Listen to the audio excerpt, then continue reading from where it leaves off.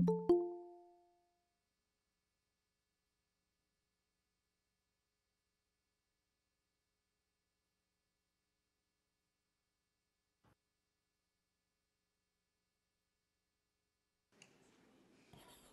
is 9:30, and I know that some folks are still getting settled, so I'll start very slowly. It's a beautiful rainy day here in the city of Edmonton, and we're coming to you from the River Valley Room. My name is Sarah Hamilton, and I am the chair of Urban Planning Committee. Before we start, I would like to acknowledge that we're meeting on the traditional land of Treaty 6 territory and acknowledge the diverse Indigenous peoples whose ancestors' footsteps have marked this territory for centuries, such as Cree, Dene, Saulteaux, Blackfoot, Nakota Sioux, as well as Métis and Inuit, and now settlers from around the world. I'm going to do a roll call.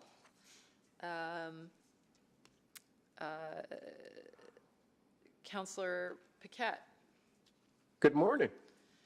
Good morning. And Councillor Principe. Good morning. Good morning. Joining me in the River Valley Room here. And Councillor Salvador. Good morning. Good morning. Now, is there a motion to adopt the agenda?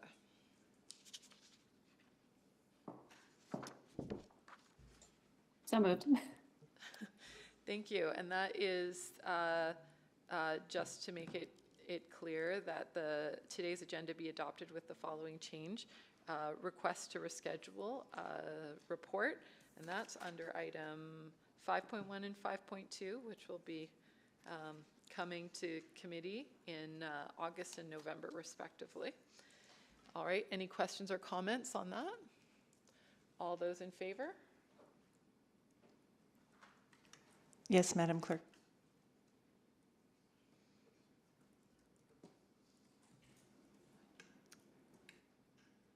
We have all the votes. Can you display the vote, please?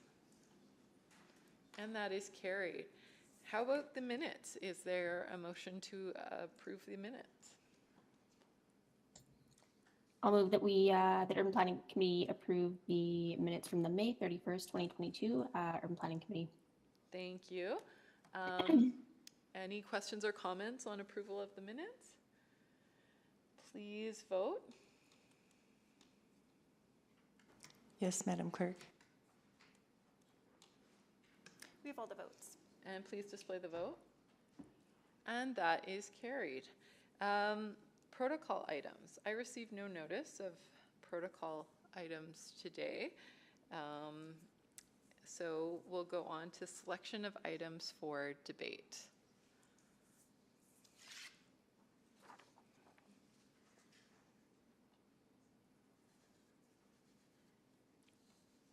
Anyone care to select any of the items?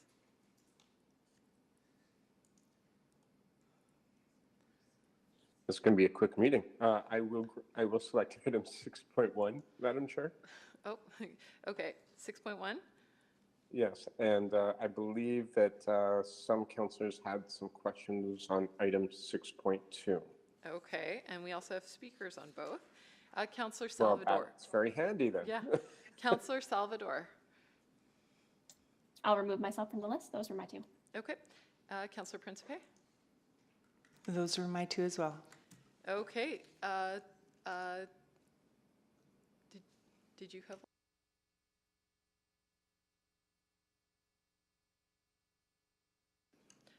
Yep, there's been a request to select 6.3, so I will select that on behalf of Councillor Stevenson, sorry. So we have items 6.1, 6.2, and 6.3.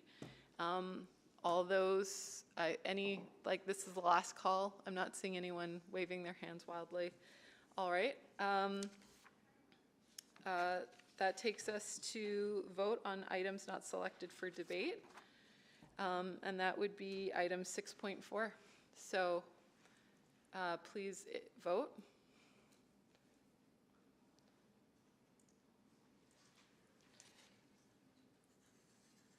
We have all the votes. Please display. Great, that's carried. Requests to speak. Councillor Principe, can you, do you have a list of people who are requesting to speak? Yes, I do. Thank you. I would like to move that the Urban Planning Committee hear from the following speakers and panels when appropriate. 6.1, Growth Management Framework Update, Adil Kodian with Canadian Home Builders Association, Jag Mehta with Canadian Home Builders Association, Mariah Samji, Infill Development in Edmonton Association, Kaylin Anderson, Urban Development Institute. And for item 6.2, Tree Preservation on Private Property, Don Tolsma, Canadian Home Builders Association, Marlena Wyman, Dustin Bajer, Randy Woods, Mariah Samji, Infill Development in Edmonton Association, Barbara Sanders, Sandra Garrity, Tomorrow Foundation for a Sustainable Future, and Christine Kowalczyk, Edmonton River Valley Conservation Coalition. Great, thank you. And of course, we may get additional registrations in the interim, but as it stands now, any questions or comments on the request to speak? Not seeing any. Please vote.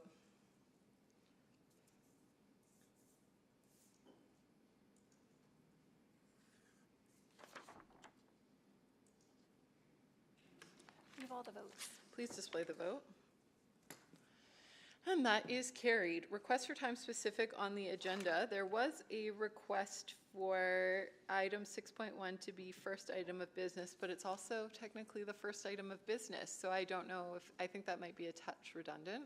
I'm not sure if committee wishes to entrench that, but I think we might be okay leaving it. That would be my suggestion here.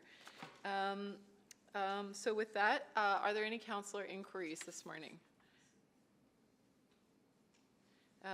Not hearing any. I know that there was a councillor inquiry floating around, but we didn't receive notice. So we'll find a time perhaps to give notice and make it, have that inquiry made.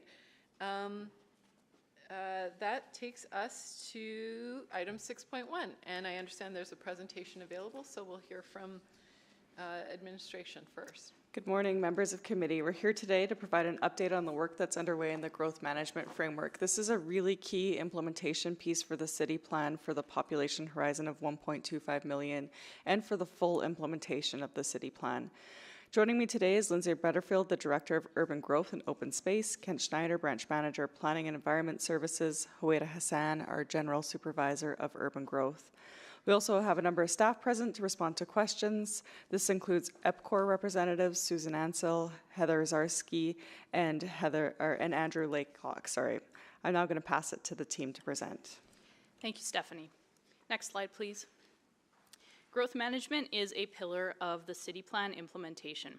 It's a complex framework. It's made up of diverse projects and initiatives and requires coordination, understanding competing demands, and prioritizing investment with the end goal of shifting Edmonton's growth pattern. This shift will be achieved through city plan levers of change, including policy, incentives, and processes. It ensures that the city directs time, money, and other municipal resources to support and activate our growth in the areas of greatest priority and impact. Growth management will impact existing policy and guide decision-making. It's supported by monitoring, evaluation, and modeling. Implementing the framework will ensure that Edmonton can welcome the next million residents within our existing borders by using land and infrastructure more efficiently, activate a network of nodes and corridors, create conditions for success of the mass transit network, foster 15-minute districts, and reduce urban greenhouse gas emissions. Next slide, please. The city plan's population horizons are really important when we are developing the components of this work. We're creating the foundational structure and tools that will be adapted and built upon for the next population horizons. Strategically phasing our growth opportunities as Edmonton expands ensures that public and private sector efforts and investments are aligned, support intentional change, and create gradual conditions of change that build over time. Prioritizing the city's investments as Edmonton grows will support the development of nodes and corridors in line with the city plan and contribute to the city building outcomes. And that includes dwelling unit growth in developing areas according to approved plans, with a gradual shift to greater redeveloping area growth over the long term. Priority nodes and corridors are recommended for investment before other locations in the redeveloping area. The priority areas are an important geography to use when determining how to allocate city investment to enable growth. Priority growth areas are the nodes and corridors that are expected to see the highest dwelling unit growth to the 1.25 million population horizon. And again, our focus, as Stephanie already said, is that 1.25 million population horizon and the budget cycles within that time frame. We're also considering the next population horizon given the timeframes required for city investments, such as LRT. It's important to set the stage now so that we can start to see a shift in that next horizon. Aligning strategic goals identified in the city plan with key investment decisions in capital and operating budget cycles will be necessary for success. Next slide, please. As mentioned previously, the priority growth area nodes and corridors are a key spatial geography that administration will use when considering how to invest city dollars to enable growth in the redeveloping area. So the map that you see here shows those nodes and corridors to 1.25 million. You may rightly note that the areas outlined are large in scope, so it's important to understand that they are the full extent of the nodes and corridors representing key growth areas at that 2 million population mark. So within each of those, smaller areas will provide catalysts for growth at 1.25 million. District plans, upon their completion, will provide important guidance on the geographic focus for investment within each of those. Next slide, please. So these components that you see on the slide are our first steps to implementing growth management. All are focused on the next budget cycle, but have city building outcomes that extend far beyond that. As part of priority-based budgeting, the city plan's phasing and activation of growth criteria were developed for scoring capital growth projects in order to determine the priorities for the 23-26 capital budget cycle. Redevelopment incentives complement work by administration and EPCOR Power to provide assistance to small and medium-scale infill and redevelopment in priority areas. Specific amounts and criteria are still being determined. If directed by council, the capital profiles for priority areas and redevelopment incentives will return as funding requests during budget deliberations, and these tools will gradually begin to shift that growth pattern by making and supporting investment in places and people. These investments build on great work to date by mobility strategies, neighborhood renewal, and open space teams by identifying collaborative priorities. The result will align strategy with budget and provide new and renewed amenities for Edmontonians. The city has advanced initiatives like these before. For example, LRT, the 2021 Private Construction Projects Economic Incentive Grant, the Warehouse Park, and support for Stadium Yards redevelopment. Growth management enables an integrated approach that coordinates strategy, market demand, and the wishes of Edmontonians to build a great city for today and for the future. Next slide, please. Now we'll talk about substantial completion, which comes from a specific city plan policy direction to support complete communities, financial viability, and delivering on the city's infrastructure commitments. Administration will track a set of metrics to determine when to recommend proceeding with statutory planning of the future growth area. The work will provide the parameters that administration will use to make the recommendation to council. Some of the metrics, for example, residential and commercial development, will count towards substantial completion and must meet a certain threshold in the areas that have developing area neighborhoods. Others, such as transit service, for example, which is measured by percentage population within a radius of a transit stop, would not delay opening up the future growth area, but a status update on service provision could be provided to council for consideration. Based on our input from engagement, we're exploring developing area land and lot supply to enable an understanding of land absorption to assist with phasing and activating growth.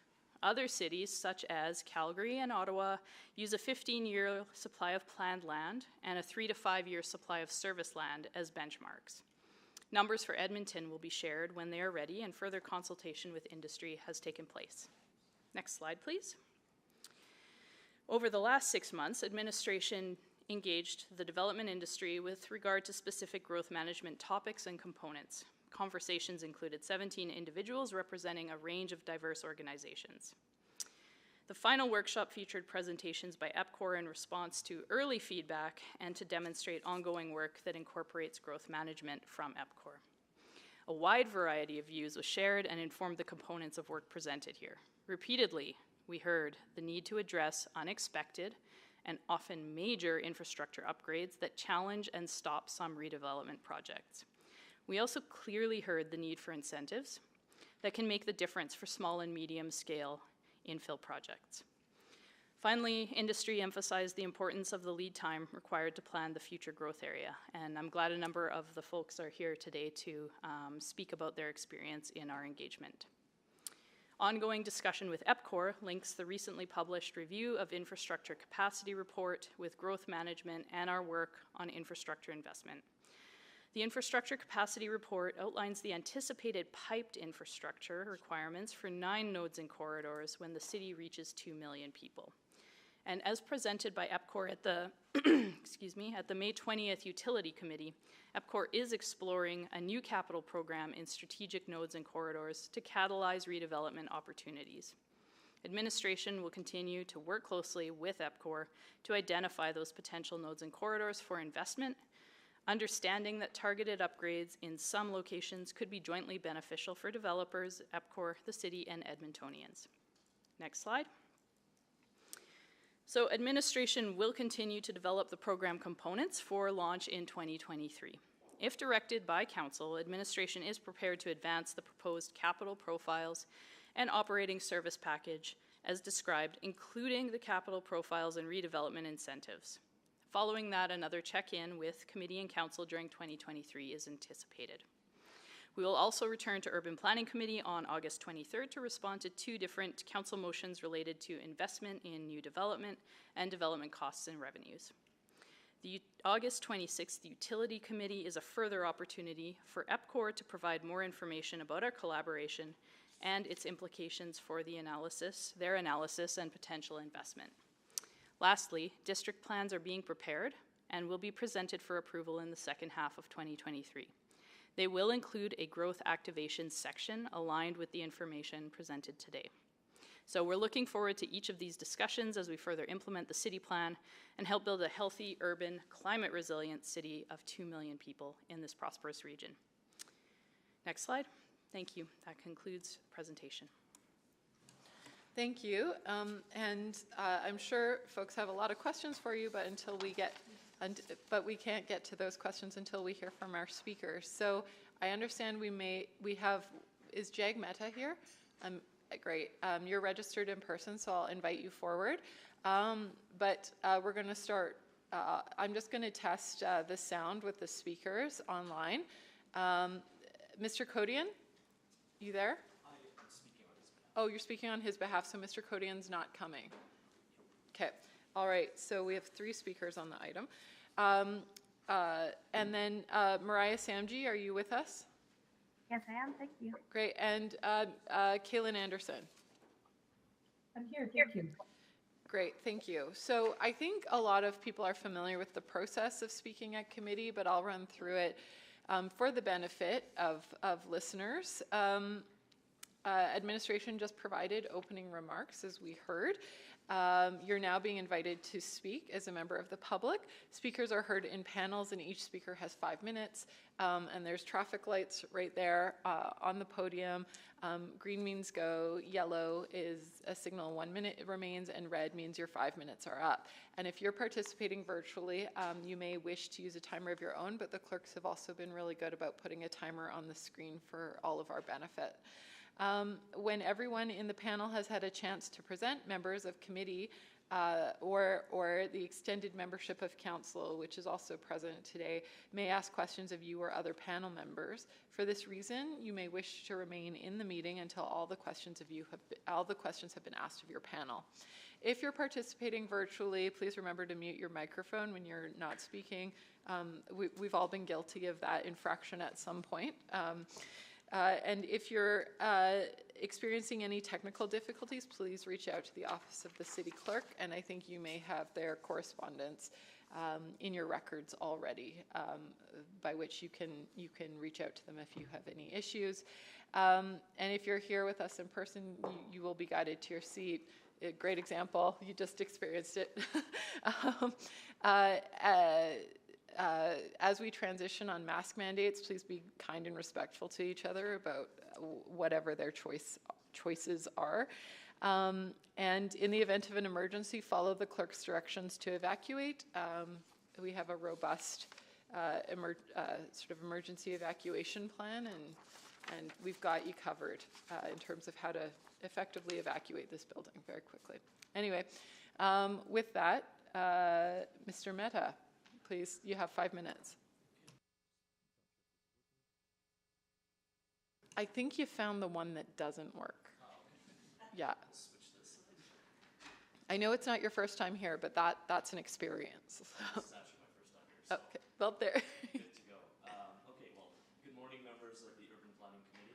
My name is Jay Mehta, and I am here today on behalf of the Canadian Home Builders Association. I'm going to pause you for a second because we're. Oh, there we go. There we go. All right. Perfect. Okay, I think we can hear me now.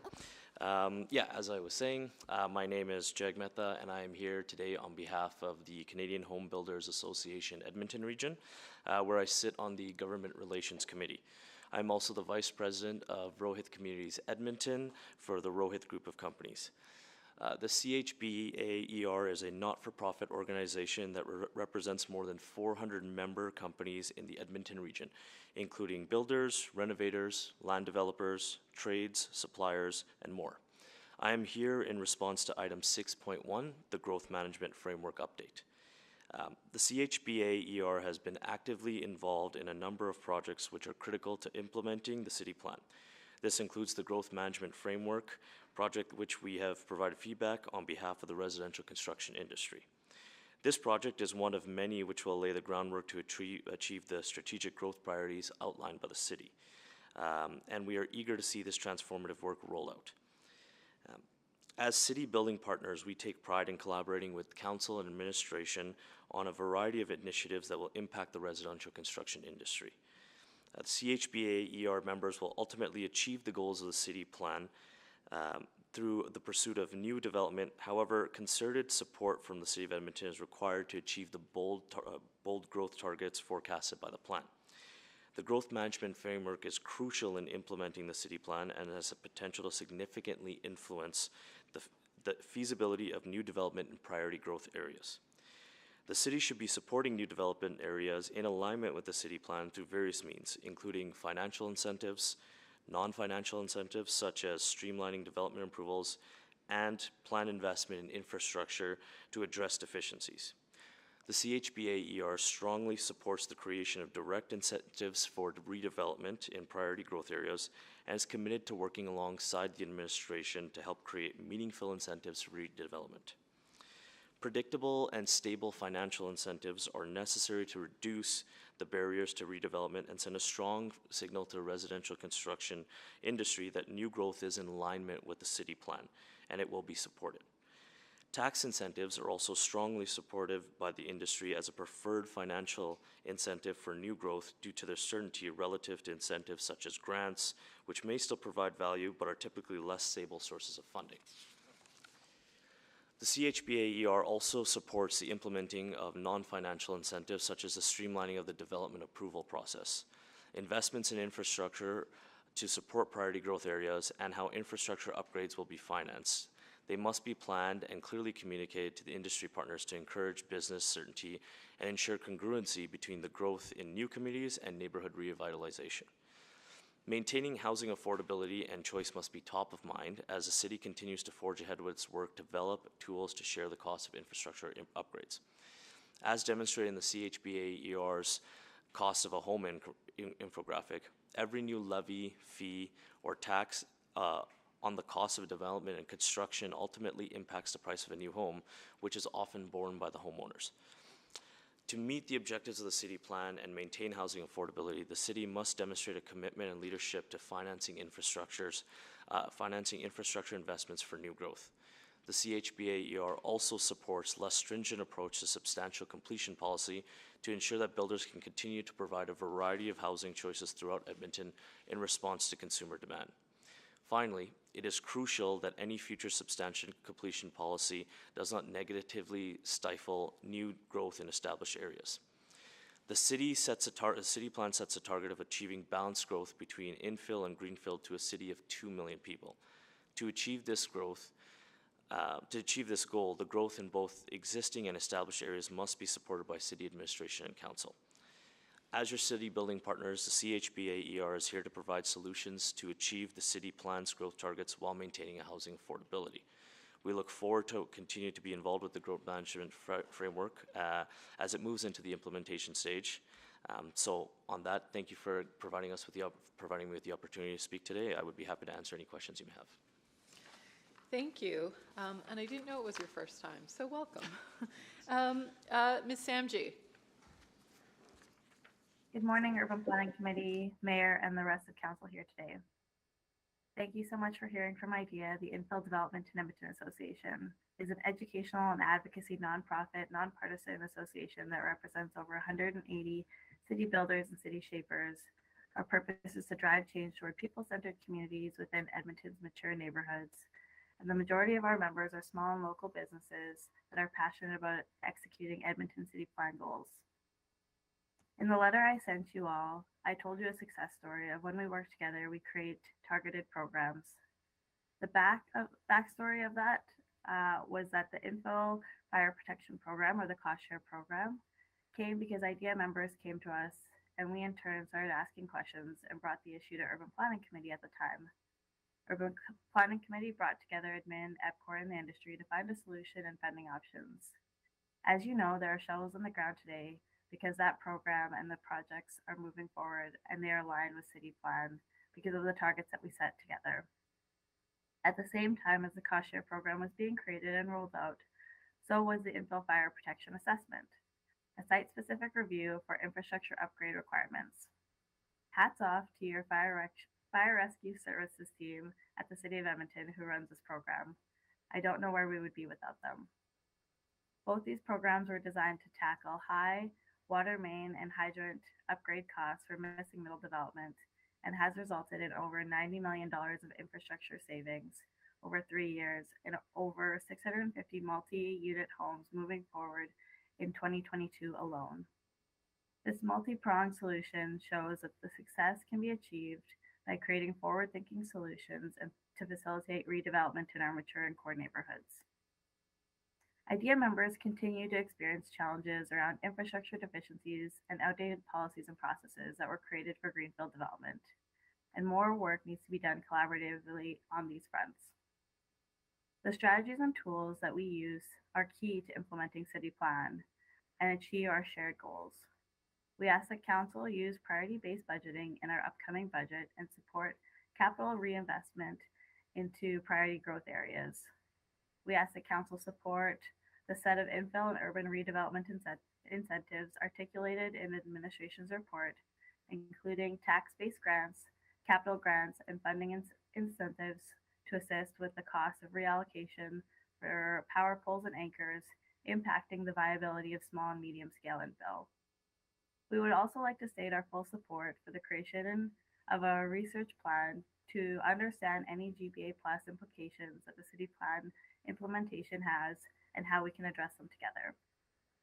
Lastly, I would like to say a huge thank you to the growth management team for their hard work and dedication to implementing City Plan.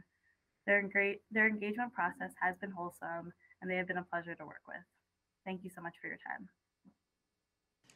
Thank you, Ms. Samji. Kaylin Anderson. Good morning, members of Urban Planning Committee and members of City Council. My name is Kaylin Anderson and I'm the Executive Director of the Urban Development Institute for the Edmonton Metro Region.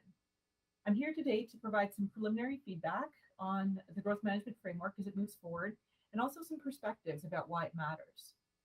By way of context, UDI strongly supports enabling more residential and non-residential development opportunities citywide. As Canada faces a housing crisis where access to affordable market housing is becoming increasingly endangered particularly in our nation's largest cities, our focus should be on keeping our housing supply attainable and making sure that we're able to build the homes that our residents need when and where they need them. To be clear, this impacts younger Canadians and new arrivals the most. Basically, anyone who has to buy into the market for the first time or who starts off with a lower household income. Canada has a structural housing shortage and has the lowest number of housing units per 1,000 residents of any G7 country. Previous analysis has indicated that Canada would need to add an additional 1.8 million dwellings for us to have the same number of homes per capita as the other G7 countries. So why is this happening? The fast math on this is that population growth has been increasing while access to housing via supply has not been keeping pace. It will take all orders of government to keep the focus on enabling more growth opportunities. In Canada, we are going to need to add about 400,000 housing units per year every year for the next decade, over and above what the market is currently producing, in order to get back to balance. And municipalities, very importantly, hold the keys to unlocking more supply. With these facts in mind, a focus on increasing supply and removing barriers to new housing is noted as a top priority for the federal government, as indicated through their last budget, where the Housing Accelerator Fund was announced. As per Budget 2022, Finance Canada and the Canadian Mortgage and Housing Corporation estimate that Canada will need to build at least 3.5 million new homes by 2031. To reach that number, significant steps have to be taken today. To meet these housing needs, Canada will need to double our rate of current new construction over the next decade. In Edmonton, our plan to accommodate another million people is incredibly important, not just locally, but nationally. As our province and country continues to grow, our big cities feel this pressure most acutely. And as Canada's 5th largest city, this matters to us in Edmonton.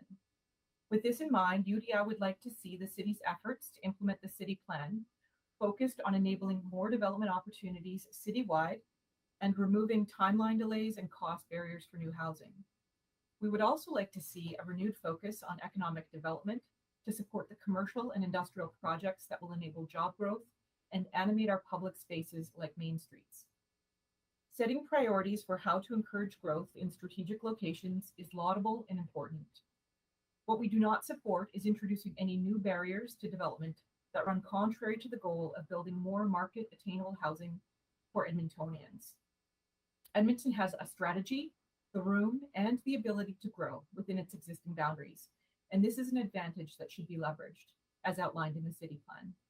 Additionally, we can maintain our position as a city that people with average incomes can afford to buy houses in. This is in fact one of our strategic advantages as a city and as a metro region, and it makes us a more inclusive and welcoming place.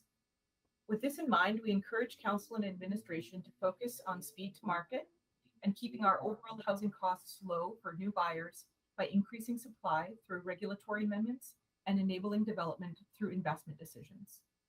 The work conducted today leaves several questions about how we will achieve this unanswered, but we do very much look forward to working with administration to provide feedback and professional input on an ongoing basis.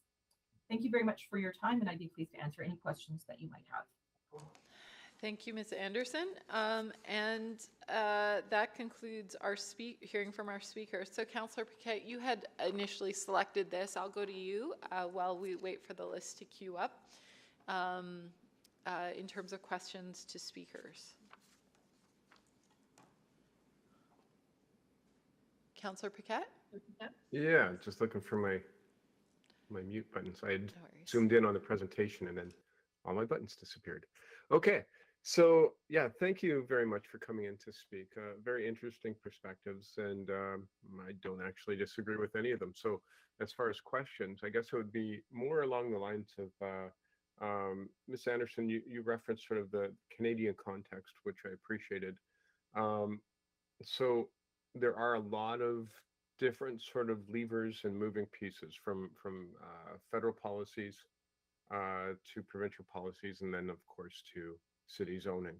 So I'm just wondering if maybe you can sort of unpack that for me a little bit in the context of what you were saying. Sure, thank you very much for that question, Councillor Paquette. Federally, it's been noted in this last budget, it was actually referred to as the housing budget, federal 2022, that there are a few key pieces that the government should really focus on at that level. One of them is around increasing housing supplies. So the Housing Accelerator Fund is an example of that, as well as a variety of different incentives or tax breaks or other things. Furthermore, I would also add the federal government's investment in infrastructure to cities will be a critical piece of that. Provincially, I think there's a lot of work to do in terms of the processes that they're in charge of. For example, land titles and the land title delays that are currently happening in Alberta is an important thing to think about for market housing, as well as filling that gap for non-market housing on the affordable side of the spectrum. Locally, what we have in Edmonton and in all cities across the country is really a few key levers. Most notably, probably is zoning and planning to enable growth to happen, as well as where infrastructure investments are made and focusing on timeline imperatives. Without going on too long, I would like to just add one quick little fact here, which is that for every $10,000 that's added to the price of a door in our province, 15,000 people are priced out of the market housing ecosystem, which makes them candidates for affordable subsidies. So it's really important that we think about each and every element and what we have control over, what the province does, and how to leverage federal commitments. Yeah. Okay. Thank you. And then so there's two things I want to unpack there. One is timelines for approvals, which I think obviously the more drawn out that is, the worse that is. And then the other is return on investment for the city when we're talking about capital investment, and if you've done any analysis on what that would look like. In terms of timelines, I'd like to give a big shout out to our city administration. They've been doing a heck of a job for years. And in fact, we're one of the best cities in the country. I think we're second best. Or the last time CMHC, or not CMHC, CHBA National did a survey, we were the second best, second only to Regina. So that's really great. But we still need to keep pressing on it and not allowing anything to extend.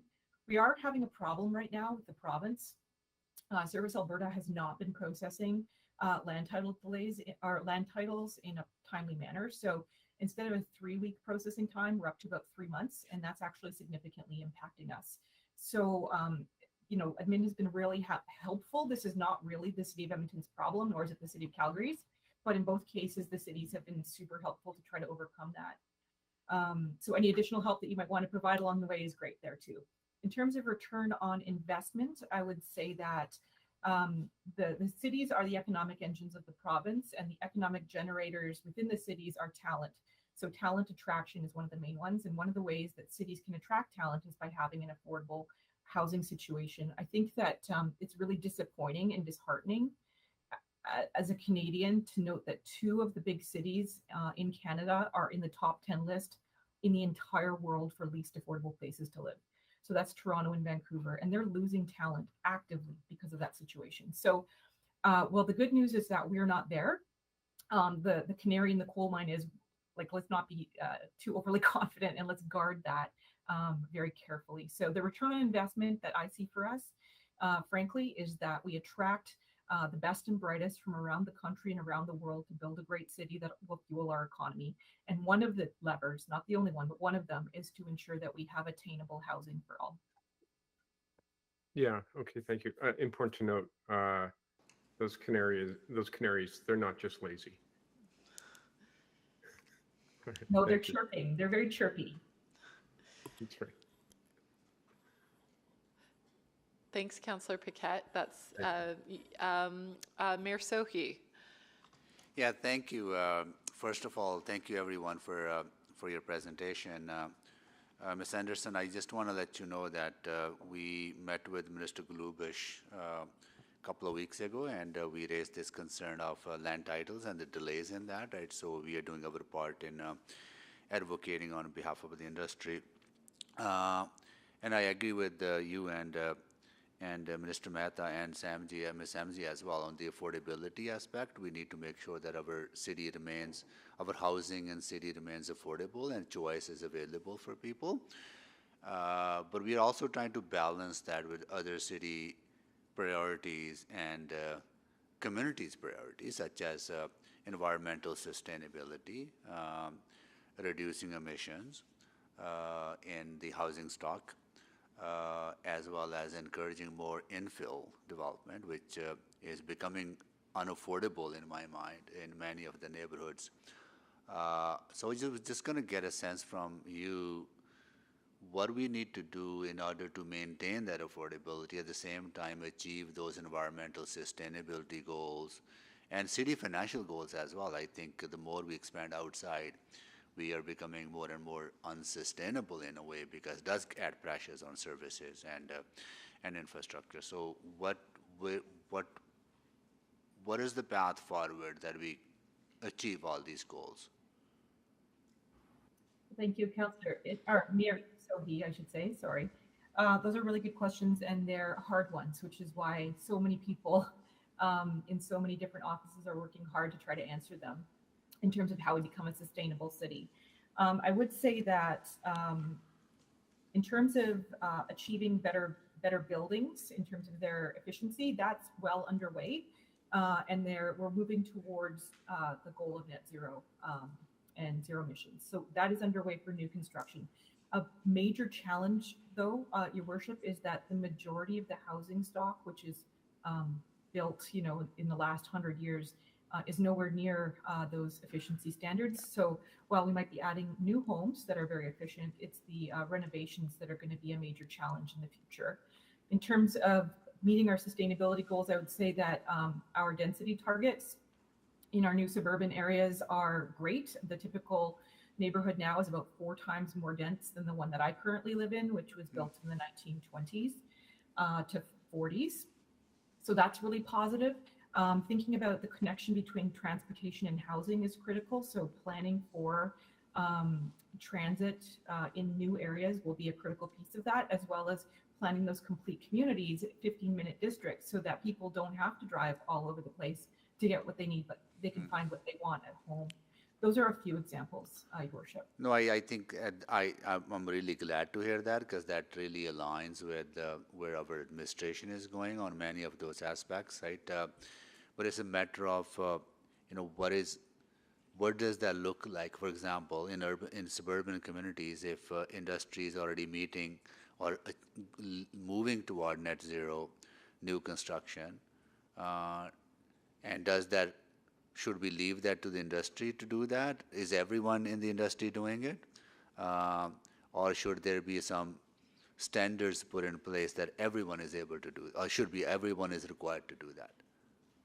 Yeah, industry is moving towards that, and it's being regulated through the building code. So I would say, we need to keep working on it, but it's underway.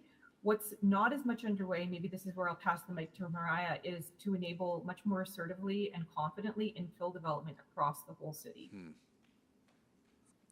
Mariah? Yeah, so I think I spoke a little bit about it in my speech earlier, but our current processes and policies were created for suburban style development, so continuously developing out. And so when you take those standards and you put them into redevelopment and infill context, it creates a significant timeline, significant increase in costs. I think we saw that as a success in the infill fire protection program and assessment. When we right-size those standards, we saved $90 million in infrastructure upgrades, which can then be reinvested into other forms of housing. So that's where we need to focus on infill, like the suburban standards or standards designed for suburban growth are not really as effective they need to be for infill. 100%. Good. Okay. Standards are a huge barrier, as well as how we finance infill development. Good. No, thank you. Thank you for all your hard work, everyone. Really appreciate it. And Mr. Mehta, thank you. Nice to see you. Yeah. Thank you, Mayor Sohi. Councillor Principe. Thank you, Madam Chair. Ms. Anderson, you had mentioned that you would like to see no new barriers. Was there something specific you were referring to? Yes. So, for example, barriers to, we're a bit concerned about substantial completion metrics that are going to be created, which could slow the market. We don't want to create an artificial delay. To plan a new neighborhood takes between 10 to 15 years. So when we're thinking about wanting a 10 to 15 year supply, if that's a benchmark that other cities are using that we want to emulate, we're going to have to get started way sooner than seeing the last house built in a neighborhood. So just want to caution that that's, for example, something that we have to be very aware of, and making sure that we have an adequate supply of land that's not artificially stopped locally if we have the capacity to absorb it in accordance with our plan. Okay, thank you. And Mr. Mehta, you had mentioned direct and meaningful incentives. So those were, you said grants, streamlining approval, and then possibly a tax incentive, is that correct? Yes, that's correct. One of the challenges that we foresee moving forward with infill development, in particular in the city, is that currently, if you're taking an example of a block of homes, the first few homes benefit from the capacity that currently exists in current infrastructure. The remaining homes down the block that would add to densification require significant upgrades and material upgrades. So the incentives to allow for that development to continue still have to be discussed and detailed, as those are where we see the challenges and the obstacles from additional growth, and that's where we see the material stopping point for additional development that would add to that affordable density within our cities. So we would take an example of similar programs that we've seen in the land development arm, where you have a treasury system set up where additional infrastructure is drawn, or additional infrastructure funds are put together, and that allows infrastructure funds to be done as neighborhoods are being completed by various land developers that meet the area service plans and structures. So on our end, some of the questions that we have is, if you reach a point in these new nodes and corridors where there's a significant upgrade required, who carries that cash flow? Who is managing that additional infrastructure investment? And where is that incentive or financial structure actually put in place, or the grant incentive actually put in place to allow for someone to make that meaningful investment to continue that development down the block? Okay, thanks for explaining that to me. And that's all I have. Thank you. Thank you, Councillor Principe. Councillor Salvador. Thank you so much, Madam Chair, and thank you so much to our speakers for joining us today. So I'll probably start with Ms. Anderson as well. You're getting a lot of questions, but yeah, you spoke about the need to not add additional barriers and to actually reduce existing barriers to development. So recognizing that barriers are not equal across the city, you know, it's very different context in an infill scenario versus developing neighborhood.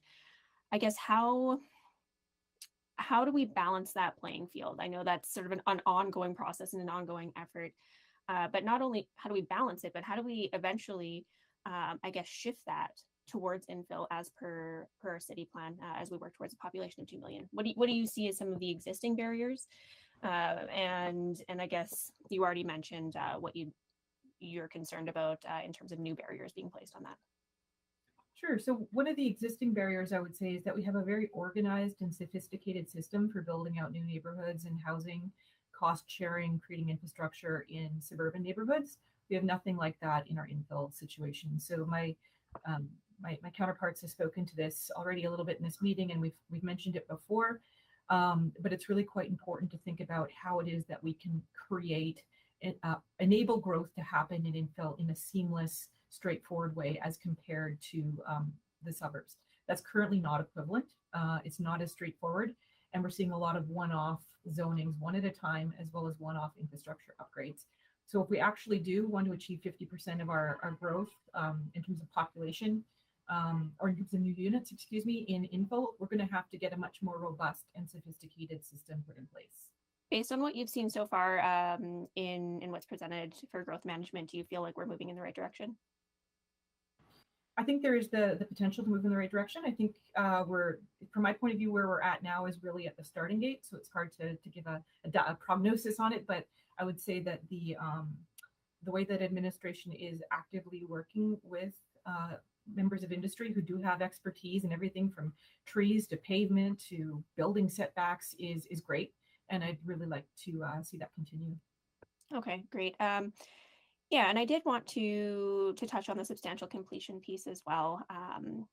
So maybe I'll lead in with a comment that you made around sort of opening up more development opportunities citywide. You mentioned that we have room to grow. But I always think about, as a prairie city, absolutely, we have that room to grow, but we don't necessarily have the financial capacity to maintain and renew that degree of outward growth. So I think that the type of growth matters. And when I'm thinking about the intentions behind the substantial completion, I kind of take that as it's not just about increasing the housing supply, it's about increasing the number of complete communities that we're building. So yeah, I guess I'm wondering if you could elaborate on some of the concerns that you see with that. And I guess, yeah, how you'd like to see the substantial completion conversation move forward, recognizing that it is important for the development of those complete 15-minute neighborhoods that we're really trying to build. Yes, thank you. Those are excellent questions, Councillor Salvador. One of the things I would flag is that we should be thinking about how different parts of the city are growing in different ways and have different kind of market conditions. So while we have developing areas in the north and in the south, we're kind of basically up against 41st Avenue already in the south with a lot of increasing kind of development pressure, not just in Edmonton, but also we're seeing it in Leduc and Beaumont, probably because of access to the airport as well as Nisku. There are reasons for that to happen.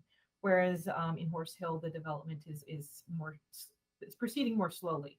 So we wouldn't want to hold up development in the south, for example, while we're waiting for Horse Hill to fully develop. I think that would be a major misstep. The other thing that I would add is that our one of the major areas to look at, I think, is the density of our mature and established areas.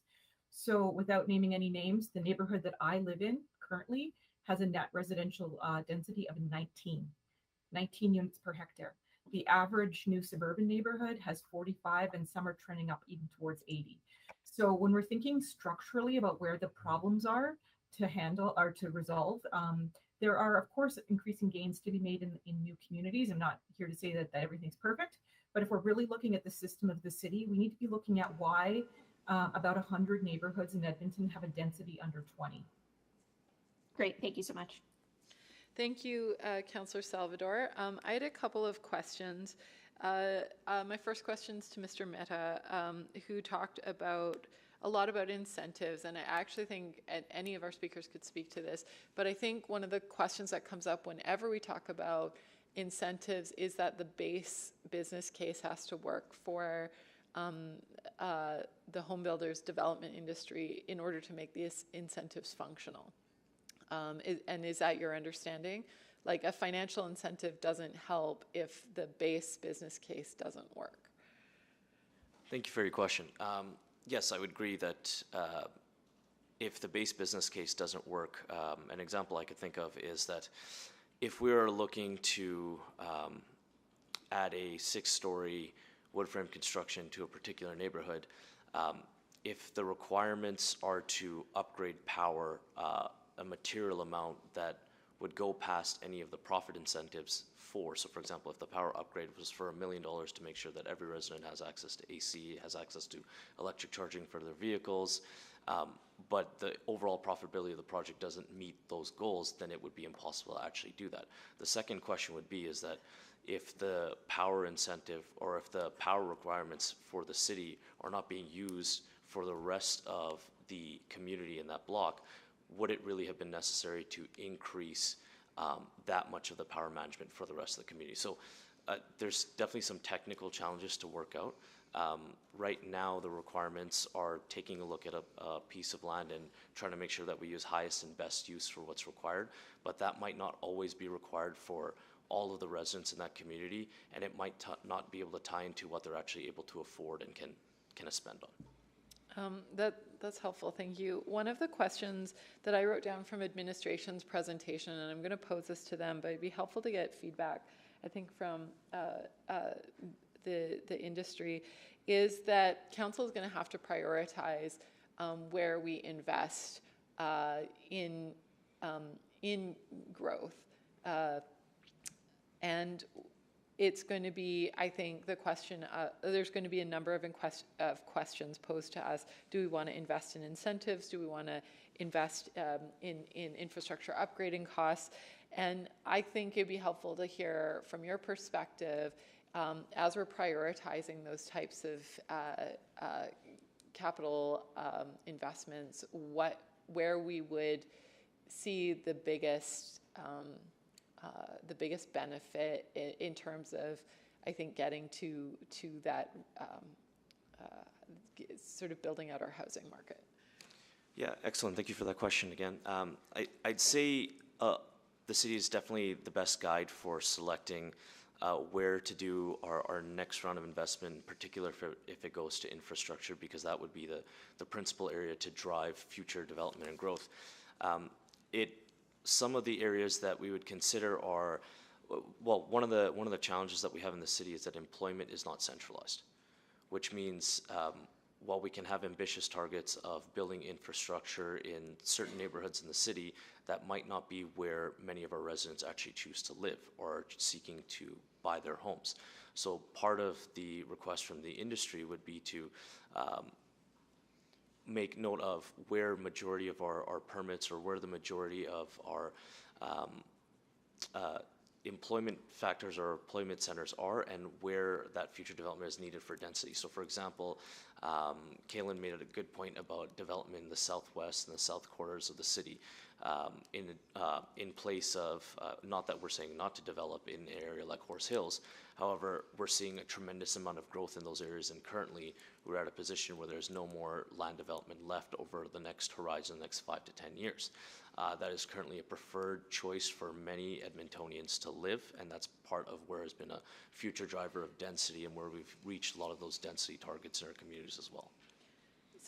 So by extension of what you're saying, it sounds like you're talking about the city needing to also look at investment in transportation infrastructure, because Edmonton remains one of the, I don't want to say few cities, but one of the cities still where you can live in one side of the city, work in the other.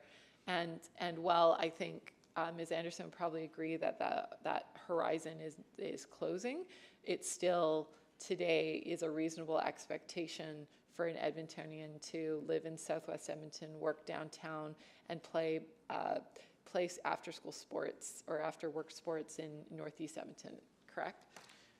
I think that's definitely possible. I mean, the Henday has unlocked a lot of our ability to travel in and around the city. However, as we continue to grow, and in particular, if we're going to hit our ambitious goals of 2 million residents within the city, a couple of the considerations we need to make. For example, if we take a look at a very amazing community that we're hoping to have continue developed in Blatchford, we have a ton of potential there. There's a lot of local transit available to those residents. However, we have just north of 30 homes where we're expecting to see north of 2,500 at this point in time. Part of the challenges that exist is that we have built the infrastructure in that particular area. However, it's not been deemed a priority by our consumers and our customers, and it's been a challenge on the development side as well on other parts of the infrastructure and the costs as far as what the consumer can actually afford. So while I definitely agree with you that as an everyday Edmontonian, it's not difficult to use the Henday to get around to the city or the current infrastructure we have, as we continue to expand and densify, where we have additional transportation will be critically important, including existing communities in the Southwest. Thanks, sorry, and I ran way over my time there. Councillor Stevenson. Hi, good morning. Thank you so much for the conversation this morning, and thanks to our speakers for coming out. You know, I'm really excited to hear the successes that have been highlighted in terms of, being second best in the country for permitting timelines, some of the work around the fire standards for infill, which, still room for improvement, but I think those successes really come from the collaboration between industry and the city, and yeah, excited that foundation is there and that we can continue to build on it. But I did want to build on Councillor Salvador's question around substantial completion, because I think that's a really critical component. We've talked a lot about sort of the capital costs of growth, but the thing that looms heavily for me is the operating cost of growth. And so that to me is where substantial completion is a really critical thing that we get right, just to avoid escalating operating costs for managing new infrastructure in our city. So Ms. Anderson, I'll turn back to you afterward, but Mr. Mehta, just wondering if you wanted to jump in with your thoughts on how we can approach the substantial completion conversation in a productive way. Thank you for your question, Councillor. I would argue that one of the challenges to meeting this in a meaningful way is to once again be considerate of where we're seeing our growth. I once again would reference back to Ms.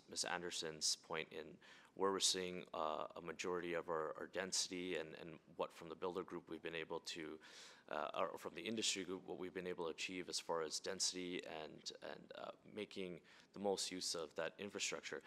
As we continue to grow and we continue to see where employment centers are being placed within the city, it's important for us to not have obstacles to encouraging and further allowing growth in those areas where other communities that currently exist in the system may not have that same velocity as far as their ability to absorb the land that currently exists or is being developed, surely due to either a lack of amenity or a lack of industry that may or may not support those particular areas at this time.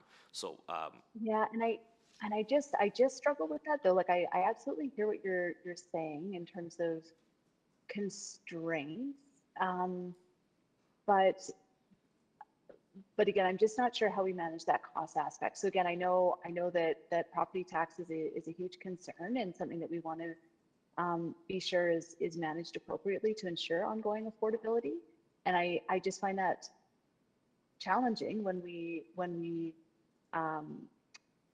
aren't able to have those conversations around sequential growth, I guess.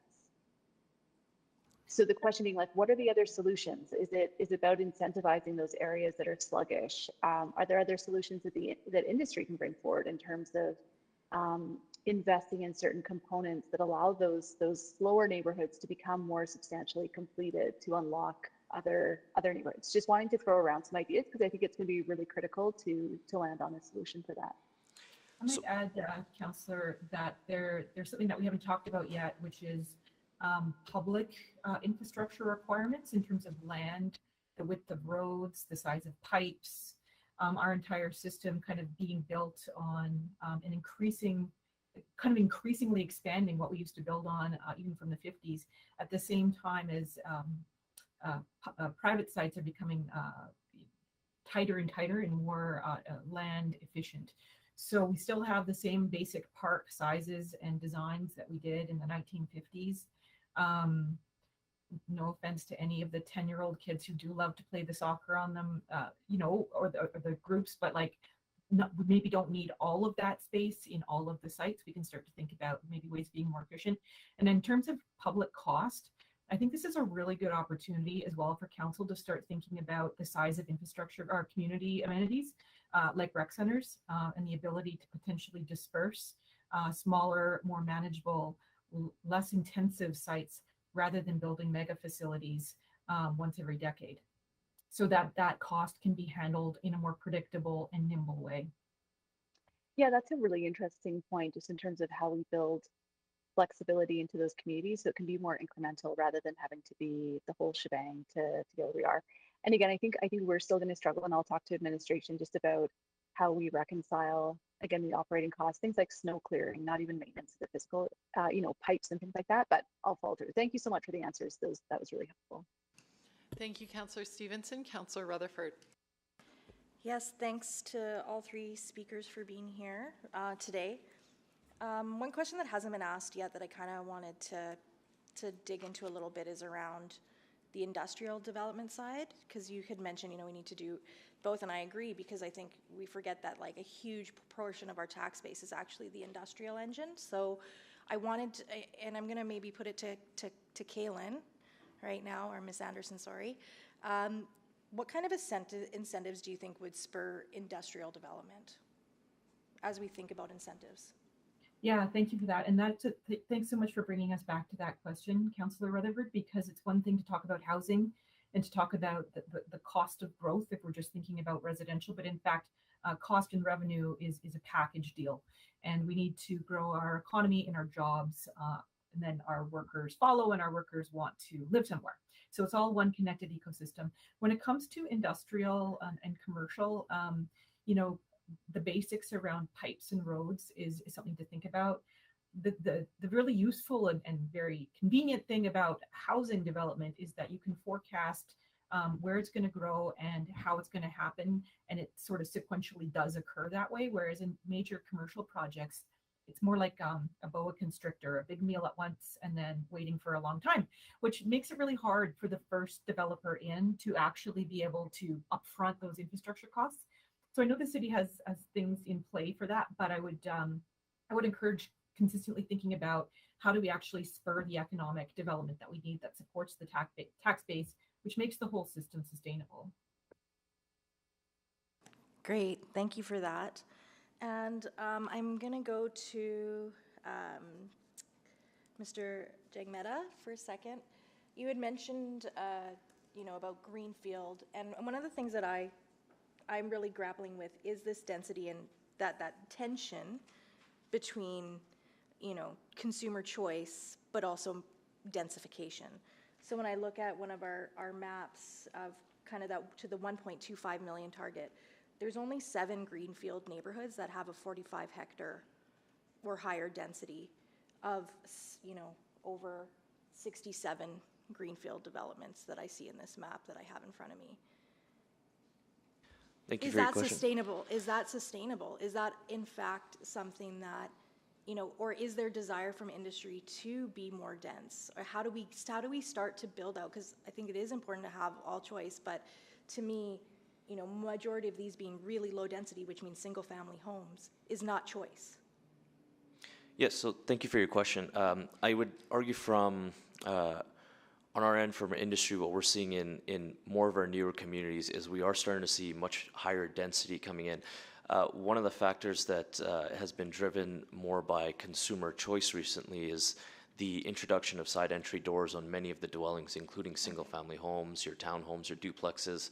At this point, I can confidently say of the homes that were eligible to have those options from Berwick community standpoint, 100% of the homes are actually built with that accommodation. So those are factors that don't necessarily show up in the current new density requirements that are available in new neighborhoods. On the other end, there is an appetite from industry to increase densification. Part of this is actually driven, once again, from consumer choice. We're seeing a larger desire for our consumers to be living in townhomes, duplexes, product types that are more affordable. We're constantly working with our developer partners to find different ways to include those types of dwellings and homes that fit within our zoning requirements to ensure that we're meeting our customers' needs. Part of our work with the new zoning bylaw renewal is to ensure that builders actually have the ability to continue to be creative and offer different types of product that meet additional sources of density within the greenfield, i.e. providing side door entries, either being able to build a little bit taller that doesn't offer too much shadow to your next door neighbors, we're continuing to build more zero lot line product that once again is single family homes, but you're able to fit more single family homes into a community. So those are some of the areas where I believe as an industry, we've actually been able to adapt and push forward. However, currently I believe the way the data is assessed is that it wouldn't actually be able to show where we're actually meeting some of those density requirements or actually providing the future benefit and option in those new communities as we developed with the presence of side door homes. Yeah, and we had that suites. same conversation with infill. It's very interesting that the zoning can be there, but is that actually what's happening? I love it. Thank you so much. Thank you. Thank you. That concludes questions of our speakers. So you are now allowed to step back. You can continue. You can stick around and watch the discussion, and we'll bring administration up to ask questions of administration.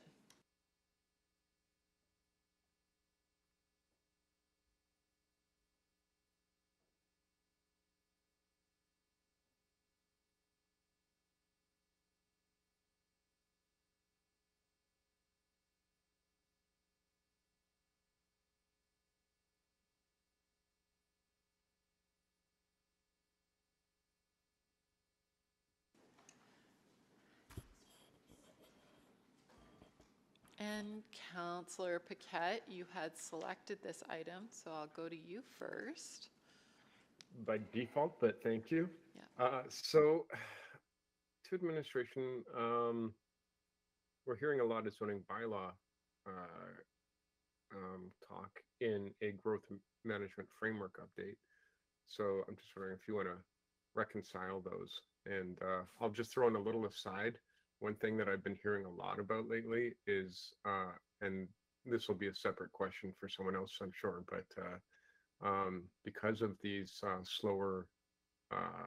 slower movement on the provincial level, folks are being asked to pay taxes on properties that haven't been finalized for them yet. So anyway, my question is more toward the zoning bylaw and growth management framework. Councillor Paquette, they absolutely work together. They're both key implementation tools of the city plan. So the teams are working together, making sure we integrate the work, making sure we're listening to Edmontonians in both projects, and bringing those together, bringing that feedback together into each individual project. The other one is district planning as well, where we're listening and learning and making sure we're refining the projects as we go. Yeah, okay, thank you. And I see Mr. Savos on the line. Sorry, Councillor, Speaker. Hi, did you hear my question about the taxes? Maybe just repeat it one more time for me. So I'm hearing more and more, even from people within our own administration, that there are a few challenges about folks getting tax bills and perhaps having to pay penalties, and they don't know the process of how to do that with the city because they're waiting on the province for finalization of some of their paperwork. So apology, you're talking about the delay at the land titles office that's causing some issues we're having right now. So yeah, currently there is about a 3 to 4 month delay with the land titles office, which does cause some issues for us. Some property owners who may have just recently purchased their properties are not in the system yet as being the owner of the property, so we did not send them a tax notice. This can cause a lot of issues for us because technically, the previous owner is the one that's still the one getting the notices, but the new owner is the one that really is on the hook. We're doing our best to communicate to property owners through various different means to let them know that they have to pay by June 30th. And even if they aren't on title, they are able to call us and we'll give them the tax balance, but it's absolutely causing some challenges. Yeah. And Councillor Paquette, just to add, Andre Corbold, our city manager, has sent a letter advocating to the province for them to find a new process here. And in addition, administratively, at the city, we have been working on a workaround or a short-term solution because we acknowledge that this is a problem for our home builders in Edmonton. Yeah, and that ties into exactly what we heard from the speakers. So thank you for that. I appreciate it, and I appreciate that the city is actually moving very proactively on this as we wait for the province. Okay, so my next question then would be sort of in line with what I was asking the speakers, and that is one thing I didn't see in the report, and maybe it's just my eyes, but sort of a high-level analysis, I guess, of what our return on investment would be in moving forward with this growth management. If we're doing this priority-based budgeting and investing capital, how much and what do we expect to get back, and in what timeframes? Councillor Paquette, I would draw your attention to the city plan technical studies that were done. that really set the framework of growth within our existing boundaries and the return on investment associated with that. And what we're working towards is every single implementation tool brings us towards that vision in the city plan. And I'm not sure if anyone from the team would like to add additional context. Yeah, I'll just add that we are building a program to ensure that any tools, incentives, whatever we put in place, that we are actually measuring the impact of that over time. And so we're building that program, but of course it has not been initiated yet. Yeah, okay. No, and I thought it might be early days, so. Okay, and then finally, back to the question of the zoning bylaws, this frustration maybe of not being able to be more creative with builds. That's the whole point of this work, isn't it? Absolutely. Yeah, yeah. And it's not that we're going to Denverize Edmonton, but we also want to get rid of maybe legacy zoning issues. That is not the goal, to make Edmonton Denver, or whatever Denverize Edmonton. The goal for the zoning bylaw is to really make it so that we can implement the city plan, streamline processes, and that we can look to automate permits as a result of streamlining the regulations. Yeah, thank you. Thanks, Councillor Paquette. Councillor Salvador. Thank you. And yeah, thanks to administration for this really excellent body of work that is just so critical for the implementation of city plan. Yeah, I'll just start with some questions around substantial completion, kind of following up of the questions I was asking of our speakers. So I understand that we would be establishing metrics for developing areas that would serve kind of as a threshold for opening up future growth areas. But I'm wondering how redeveloping areas fit into that conversation. We heard from Ms. Anderson that mature neighborhoods are, definitely not dense enough. Is there a way to, I guess, incorporate our infill targets into the substantial completion conversation? I'm just thinking about, continued expansion while we're not necessarily hitting those targets. Is it possible to link those two in any way? Thanks for that question. So we do actually have something on our work plan to look at substantial completion in the redeveloping areas. We are starting with the developing areas because we've heard from industry that there's an impetus to understand when planning could start in the future growth area, and so that is our starting point. But absolutely, we need to take a look at how neighborhoods will redevelop over time, and then what are the amenities and infrastructure requirements within each. So that's absolutely on our work plan for the next 4.5 years. Wonderful. Okay, that's really excellent to hear, because I'm just thinking that, depending on how those metrics are set, a large swath of our mature neighborhoods could be deemed, not substantially complete. So that's great. Okay, and then just one more question around the substantial completion. First of all, I think it's a really exciting lever and tool for implementing city plan. But the report mentions that stricter regulations on future growth areas, maybe less strict, that hasn't been determined yet. So I'm wondering how that bar will be set. And how would the metrics vary depending on that bar? I'm trying to understand how that would be operationalized, I guess. So I'll ask Haweda to maybe speak to that in detail. Yeah, so some of the things that we're thinking about, Councillor, is once we've set those metrics, we already have quite a robust monitoring program for growth here in the city. And so we'll be able to enhance that program, take a look at what are the things that we need to be measuring to understand substantial completion, and be able to report that back to Council. We're hoping on an annual basis. Okay, great. That's really helpful.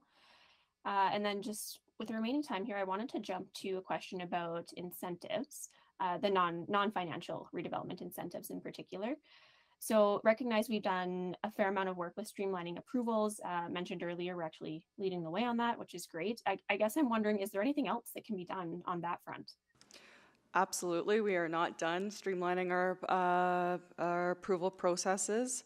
And in fact, we're starting to look at how we can work to incorporate more technology into our approval processes. That's a key part of the zoning bylaw. is making sure that the text of the bylaw itself is machine readable, but also we're looking at how we can use technology so that we can use the staff that we have on more complex applications and use their talent on the more complex applications. So we're definitely not done on that, and we're going to continue the journey that we're on. Fantastic. Also on non-financial incentives, thinking about rezoning, because that was mentioned in the report as well. And we heard from our speakers that the process of doing one-off rezonings isn't really going to get us where we need to go as far as redevelopment is concerned. So I know there's potentially a body of work coming around sort of that proactive rezoning. But I guess I'm contemplating as we're prioritizing certain growth areas and potentially making substantial capital upgrades in those areas, I guess I worry that if we're not making a concurrent change to the zoning, that we could be making substantial capital upgrades without actually opening the door to the type and scale of development we'd expect in order to get that good return on investment. I wonder if you could comment on that. A good observation, Councillor, and I'm certain there's a motion that we're responding to that would help inform this question. Anybody want to add? I'll just add that it's something that we're contemplating and we're investigating how we could look at the zoning in tandem with some of these infrastructure upgrades to ensure we get the best return on investment. Great, thank you. Thank you, Councillor Salvador. Councillor Principe. Thank you, Madam Chair. So my question is about surplus school sites. I know that the surplus school sites come from the school board, but having said that, we are responsible for making sure that Edmontonians will have everything that they need. If we're going to plan for 2 million people, doubling the population, do we foresee that we will need some more schools? And I know currently there's even lotteries I hear about getting into schools, so that's a concern I have. Yeah, that's an excellent question. If you happen to see me attending council while walking down a hallway on Friday, it was because I was actually doing a presentation with real estate to the school boards on exactly that issue and trying to understand how we can work with the school divisions to align to the city plan, understanding that there will be redevelopment and need for schools in mature areas. So that was a very first discussion and lots more to come, but it's something that we're looking at. That's great. That was all I have to ask. Thank you. Great, thank you. I'm going to go next. Today's report is an update, correct? And a chance for committee and council writ large to receive some clarity around what the next steps are here, including a flag that there will be some discussion at budget about how we want to strategically invest in growth management, correct? That's correct. All right, thank you. One of the things that is always a tension in these types of conversations, and we heard it discussed amongst the speakers a bit, was about the tension between incentives and then our own capital investment. And I'm wondering if in those budget conversations, because you did flag that there may be something about incentives coming, are you going to be able to quantify that in terms of the benefit, the sort of a modeled benefit that Edmontonians might see from that, those two different types of investments? We will do our best to quantify that. That is really the purpose of priority-based budgeting too, is to be able to show that anything that council's investing in, how it advances the goals. But that's good feedback for us to really concentrate on the data and telling the story of what the investment, what Edmontonians receive as a result of the investment that council may make.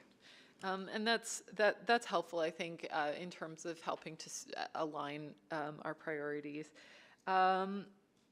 And I have budget questions, but I'm conscientious of time. One of the things that continues to come up is the question of who pays for what, and I think we got a really good example, especially as it relates to infill development, that the first 5 houses on the block may benefit from taking advantage of the existing infrastructure, but the next 5 who are really needed to reach those density targets would have to pay to onboard more drainage infrastructure, for instance, or electrical infrastructure. And I'm wondering, realizing this is a relatively fresh question for Edmonton, are there models that you're looking at in other municipalities for that shared cost, shared benefit type agreement?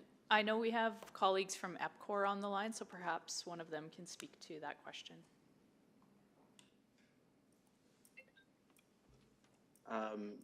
From an electrical standpoint, EPCOR on the electricity side covers the costs of shared assets. So in that example, Councillor Hamilton, not only would the first 5 houses, but the next 5 houses, any shared assets such as transformers, switching cubes, distribution cables, required poles, all of that is already covered by EPCOR and it is placed into the rate base because it's seen as responsible growth and shared assets. Okay, and is it this, like, I'm wondering if that would apply also to, say, drainage infrastructure, although I understand that maybe some of the concerns about capacity of local drainage networks may be overstated. So, Councillor Hamilton, it's Susan Ansell here from EPCOR One Water Planning. The regulator on the water and drainage side is actually City Council, so it is a little bit different in terms of the policies. So that would come through Utility Committee if we wanted to make a change in the approach for that. One of the things that we have been doing as part of working with the growth management framework is we've been looking at the nodes and corridors, which is a really great tool for us to actually study a bigger area to say, rather than doing on a one-off perspective, what is the sort of backbone infrastructure that could be put in place to open up development. And so we've done the initial 9 nodes and corridors. We're working our way through I think there's a list of 18 or 19, depending on which list you look at. And so we're working through each one of those to see what are the opportunities for the water, sanitary and storm perspective. Also looking to see how we can leverage our stormwater integrated resource plan investments on slowing water throughout the system and how that can help there. So very active work underway with us, but it would come back to Utility Committee if we wanted to change a policy or approach to that. Well, that's really helpful because it reminds us that the sort of projections or ideas that come forward from this committee do have a loop back in terms of implementation through utility. I have more questions, but I'm running up on time. So thank you for your answers. I'm going to go now to Councillor Jans. Thank you for this. I want to zone in on incentives for a minute. I'm really interested in, so of the 30 odd million that the council gave to the investments in the projects downtown last year, did we get any stock share ownership in those investments? No, but that hasn't been our model in the past, Councillor Jans, but we did get substantial benefit in terms of the tax uplift, in terms of more residential development in our downtown, in terms of more vibrancy in our downtown. So I believe $840 million of investment is what's expected in that area for the $30 million investment that council put in. So there's long-term benefits in terms of tax, and taxes allow council to be able to deliver services to Edmontonians. Yeah, for sure. I appreciate that. I was wondering about, so going forward for economic investment grants, is there some way that we can, if we're going to invest, that we can get skin in the game, so to speak? Like, I'm thinking about what if we give 30 million to Home Ed as a vehicle and have Home Ed take on some of these projects. I mean, if the goal is affordability as well as density, I wonder, like, I've seen a couple of times, like, if we, in the project, it felt like if we're talking about, well, we have to fix this pipe for the first 5 houses in, if those first 5 houses in are going to be luxury infills, that is most of what I see. It's not like we're adding very well, or maybe we are adding high density units, but I guess what was missing for me in this report is the question of ownership and how we can how we can, as we go forward in the growth management, have a little more balance. Like I think about those landmark homes that we did down by Century Park. That I believe was a partnership. I believe it was a surplus school site, and we were really creative there. So not to be critical of what has happened to date, but more just cautious going forward, how we can maximize more of our outcomes. I don't know if admin wants to respond to that. I think that's top of mind as we work towards each of those implementation pieces, and I would say that our focus has not been on the city getting any type of ownership stake in development, but it's been about unlocking land so that we can get tax base more quickly. So that's the redevelopment incentives as well as the substantial completion policy. It's also about looking at how we can meet our environmental goals and our economic goals in terms of job creation within our city. Yeah. I'm also wondering about, I didn't see, and maybe my eyes are failing me in my old age, but I didn't see the West 240 on the map there. I know the U of A Properties Trust is doing significant work around Malmo, and I believe they're engaging with the community right now about development to the West 240. So just was wondering how that factors in, because that could be, thousands and thousands of new folks. Yeah, that's a good question. That land is an alternative jurisdiction because it is under the university's ownership. However, they have reached out and we are working with them to some extent on what those development plans will look like. But it's something for us to consider further. Yeah. Can I zoom back on that landmark case? I believe it was landmark, the Century Park case study. How were we able to achieve such affordable homes in a redeveloping area?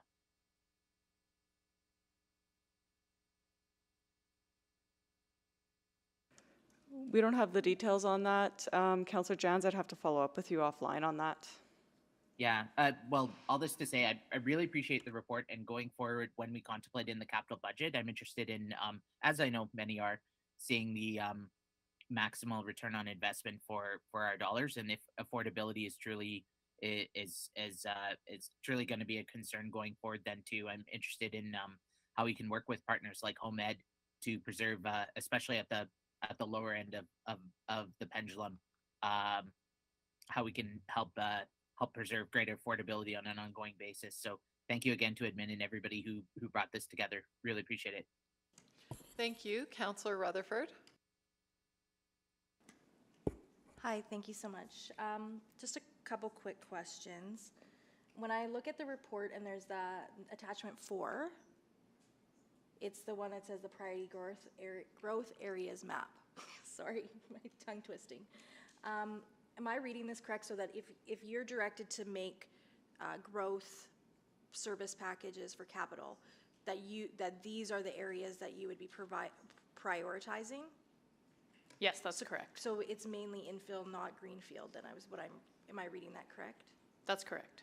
Okay, that's great. And then my other question was, just something that twigged for me based on, with the speakers and especially IDEA talking about, I guess I just wanted to know what work is currently contemplated or underway about that sort of robust mechanisms for incentivizing infill, so we can hit that 50% threshold. So there are a number, and sorry, you're speaking about the financial incentive specifically? What the speaker said, the public speaker just said that she feels that we needed a robust and sophisticated mechanism for infill. And so I wanted to get your sense of, what are we contemplating going forward to meet that? I'm sure because I know you had, those sessions with stakeholders, and I'm assuming that IDEA was one of them, so they probably have given you some ideas and context there. That's why I didn't ask the question. Yes, so I think it's a broad number of different things, and it starts, in particular, we heard one of the major hurdles is the investment in utility infrastructure, and that is why we're working so closely with EPCOR And you know, I want to give a lot of credit to EPCOR because they've really come along with growth management as an organization, and so we have a lot of ideas for moving forward, some of which will come forward later this summer. We also understand that, for example, it was already mentioned that over time we'll be able to expedite some types of permits and move staff over to some of these more complex issues, primarily in redeveloping areas. And there's a whole gamut of things in between, and part of that will come through district planning as well, in terms of how mature areas that require redevelopment will step up and be reconceptualized somewhat. And I just add to that we absolutely understand the need for a market shift in order to achieve city plan. So the 4 things that we're focused on right now: priority-based budgeting, the capital budget profile to help incent growth in those mainly infill areas, redevelopment incentives focused on those redeveloping areas, and the substantial completion policy. That's really exciting. And I guess, is there opportunities in that infield? Because one of the things, infield, geez, I need more coffee this morning. Infill component, because I was hearing kind of, you know, it's one-off parcels as they kind of become available. Aside from Blatchford, do we have any kind of bigger site opportunities for densification in the sort of more mature neighborhoods coming up on and online? Sure. I mean, our Enterprise Land Development Group has a number of those. So, you know, Blatchford is clearly one, but there's also the former Northlands area, Rossdale at River Crossing, and potentially others that I can't think of off the top of my head right now. It's okay. That's a perfect example of that. And then my last quick question is, again, just around something that I don't think able to ask in public hearing, but I think I can ask it here. Around, do we have any requirements right now in any of our regulation for the number of, let's say, RF7s or above, or RF8s that require three bedroom units? Sorry, I see somebody coming up to the mic.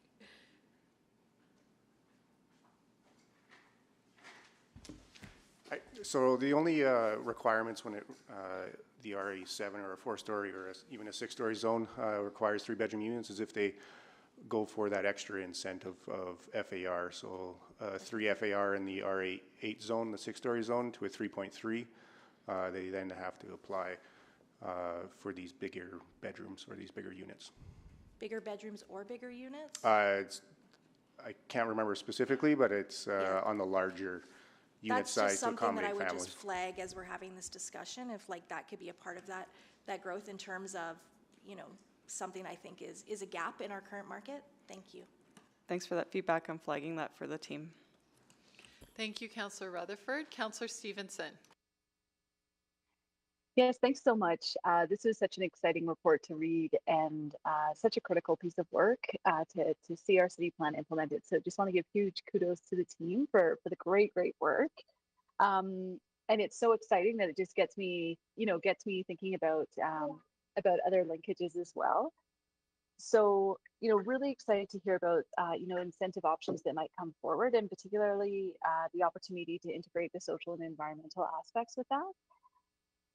And where, like a piece of the growth conversation that I think can be really helpful as we continue to advance forward, and I know is probably very challenging, but is again trying to create a more direct link between our growth patterns and our taxes. I think that having a sense of what different types of growth cost in terms of ongoing operating is really critical in making the value proposition for the incentives we might be putting forward. So just wondering if there's some work happening in that space, and if you could maybe talk about what we might see moving forward. So I do think that the connection between the growth pattern and taxes is absolutely a component of the work, and we are working closely with our assessment and taxation group on potential for the future and ways that we can better understand that alignment. Sorry, and I'm probably missing the second part of your question. No, I think that's great. I mean, I think maybe where I could see that very helpful in terms of informing some of our future conversations around, tax incentives, other forms of incentives, is if we can show that clear alignment that we may be, let's say, relaxing taxes in one area for 5 years, but the 10-year return to the tax base, more than compensates for that. I think, and showing that, potentially there are ways to sort of bend the cost curve in terms of our ongoing escalating property taxes.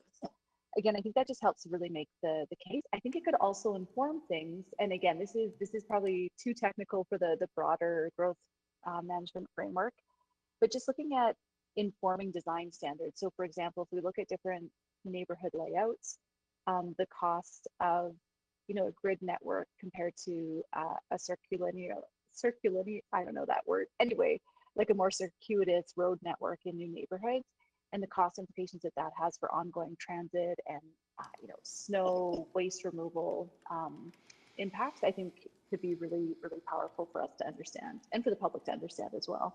Yeah, thanks for that feedback, Councillor Stevenson. And what I can say is we are working through our annual reporting to create a link to the taxes, like the revenue side of the equation. We're not going to be able to get as granular as you're asking us right now in the first, and I don't think it's proper to get that granular either. We've got to figure out what the right leveling is of this from some of our previous learnings in this space. Yeah. So we're working through that over the next year. We'll have our first cut at it in our first annual update to you. And I know we won't get it fully right, but we're definitely on the journey of creating a stronger link between the two areas. Perfect. Yeah, no, that sounds wonderful. That's certainly my expectation that it's iterative. It can't happen all at once, and I agree that depth of detail is probably a future piece of work. But excited that the foundation is being built to enable those conversations moving forward. I'm sorry, I'm probably gonna have to come around for another round, but I did want to follow up on Councillor Rutherford's question to speakers earlier, just around industrial development. So my memory, and I may have it wrong, but the priority growth areas are primarily residential, and I understand the reasoning for that. But again, just wondering where something like the Edmonton Energy and Technology Park fits in here in terms of some strategic investment in industrial land development that we know has a significant positive impact on our tax base. Yeah, absolutely. The importance of industrial development is not lost on us. The main focus of the work before you today is on residential, but I want to assure you in another component of another branch, in our economic investment services branch, we are focused on industrial development and what to do to protect that tax base. We've got an action in the economic action plan that outlines what we need to do in this space. Some of the things are looking at the effectiveness of the current industrial investment policy that allows a developer that goes in first to receive some of the burden off of them, because industrial development is unpredictable. We've also got a criteria in the capital budget where we're looking at what the payback could be if we open more industrial lands from specific infrastructure investments. And we also work with individual industrial developers to make sure that we're able to get their permits on time because we understand about the speed to market in particular in that space is really important. There is another motion that's on the floor that we're responding to in terms of industrial infrastructure projects, prioritization, evaluations, and outcomes. And I'm sorry that I don't have the timing on when that comes back, but we're working on it right now. Thank you. Councillor Wright. Thank you very much. I'm just wondering, I noticed on the priority growth area, as well as Councillor Rutherford has mentioned, that we are concentrating more on the infill, that there's no considered growth, I guess, east of 50th or south of the Henday. Is that correct? This is one of the main things with City Plan is it is about creating focus and priority areas because I think you heard from some of the other speakers that there's a very well-established system for greenfield development. So this is about determining what the system is to create that market shift towards more infill. Okay, so then the substantial completion metrics, I'm glad to see that, but how does that apply then to the infill? So again, that won't currently apply to the infill. The second phase of looking at substantial completion will start to contemplate what a complete neighborhood in an infill context looks like. But that is not, that's not next year's work, but that is planned. Okay, so I was just wondering if it would apply to maybe some larger areas like Exhibition Lands, Rossdale, maybe Blatchford, but that's not being considered at this time? Not at this time, but in the future, yes. Okay. And then I also noticed in the reports, the engagement did include, you know, the industry. But I think it was Mr. Maida made some comment that we might not be building where people are looking to buy, something along those lines. Has there been any analysis or engagement of what people want, where they want to live? Yeah, so absolutely, that is something we're very interested in. We are starting a market study, which Hoeda will speak about in a moment. I'll pass the mic to her. But it's absolutely something that we need to align with, and we recognize that our public investment needs to go hand in hand with that private investment. Hoeda, did you want to say anything more? Sure, yeah. One of the things that we are working on is something called a Redevelopment Market Index. So that'll help us to understand, based on past trends and other factors, where might we likely see redevelopment activity sort of in the short term, kind of 2 to 5 year period. The other piece to consider is, as we're considering redevelopment, we also look at the developing area and where that activity might be happening in the future growth area. And that was part of a broader study that was done for the city plan, a market analysis that was looking at where would kind of the business as usual type of market demand occur. And so we have that understanding.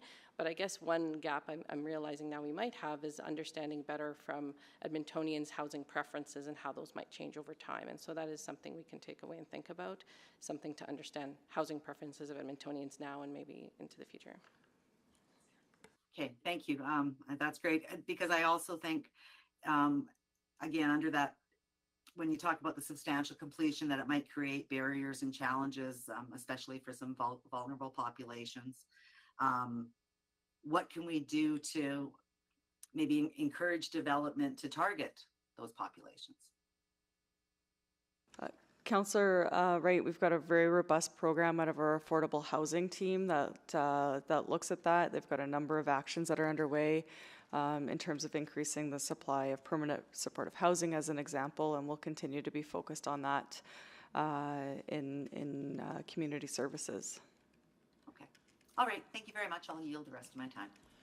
Thank you, Councillor Wright. Before I go to Councillor Tang, Mayor Sohi has joined us, so I'm going to go to him as a member of this committee. Thank you, Madam Chair. I look forward to the reports on the industrial land strategy, so I'll focus my questions on the residential. How do we make sure that we continue to have enough supply, as was asked by or stated by some of the presenters, into the future, at the same time avoid the leapfrog type of development that has caused challenges in the past? That is some of the main goals of this work that we've got underway, is making sure that we understand that Edmonton's affordability is one of our selling points. And so as we bring the policy, substantial completion policy forward to council for consideration, we will absolutely consider what the impact is on our affordability as a whole. Okay, that's good, because absolutely I understand the need for ongoing supply, but at the same time we can't go back to the old practice of letting development start anywhere that without having neighborhoods at least significantly completed, if not fully completed. That'll eventually be a decision of council through the public hearing process, Mr. Mayor. But I think we've got a very robust system in place right now that doesn't allow, or that doesn't preference leapfrog development. We would bring a non-support for that type of development to public hearing. Good. That's one. The other one, which I asked some of the presenters, is that we have other goals as well. Affordability is one, but we also have a big focus on sustainability. and finances of the city to continue to finance services and infrastructure. So balancing that as well has to be part of the equation as we further develop this.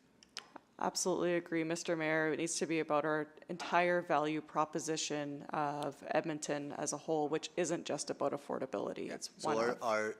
I heard from that industry is already getting to net zero, but is everyone in the industry getting to net zero, or is only certain builders and developers are getting net zero?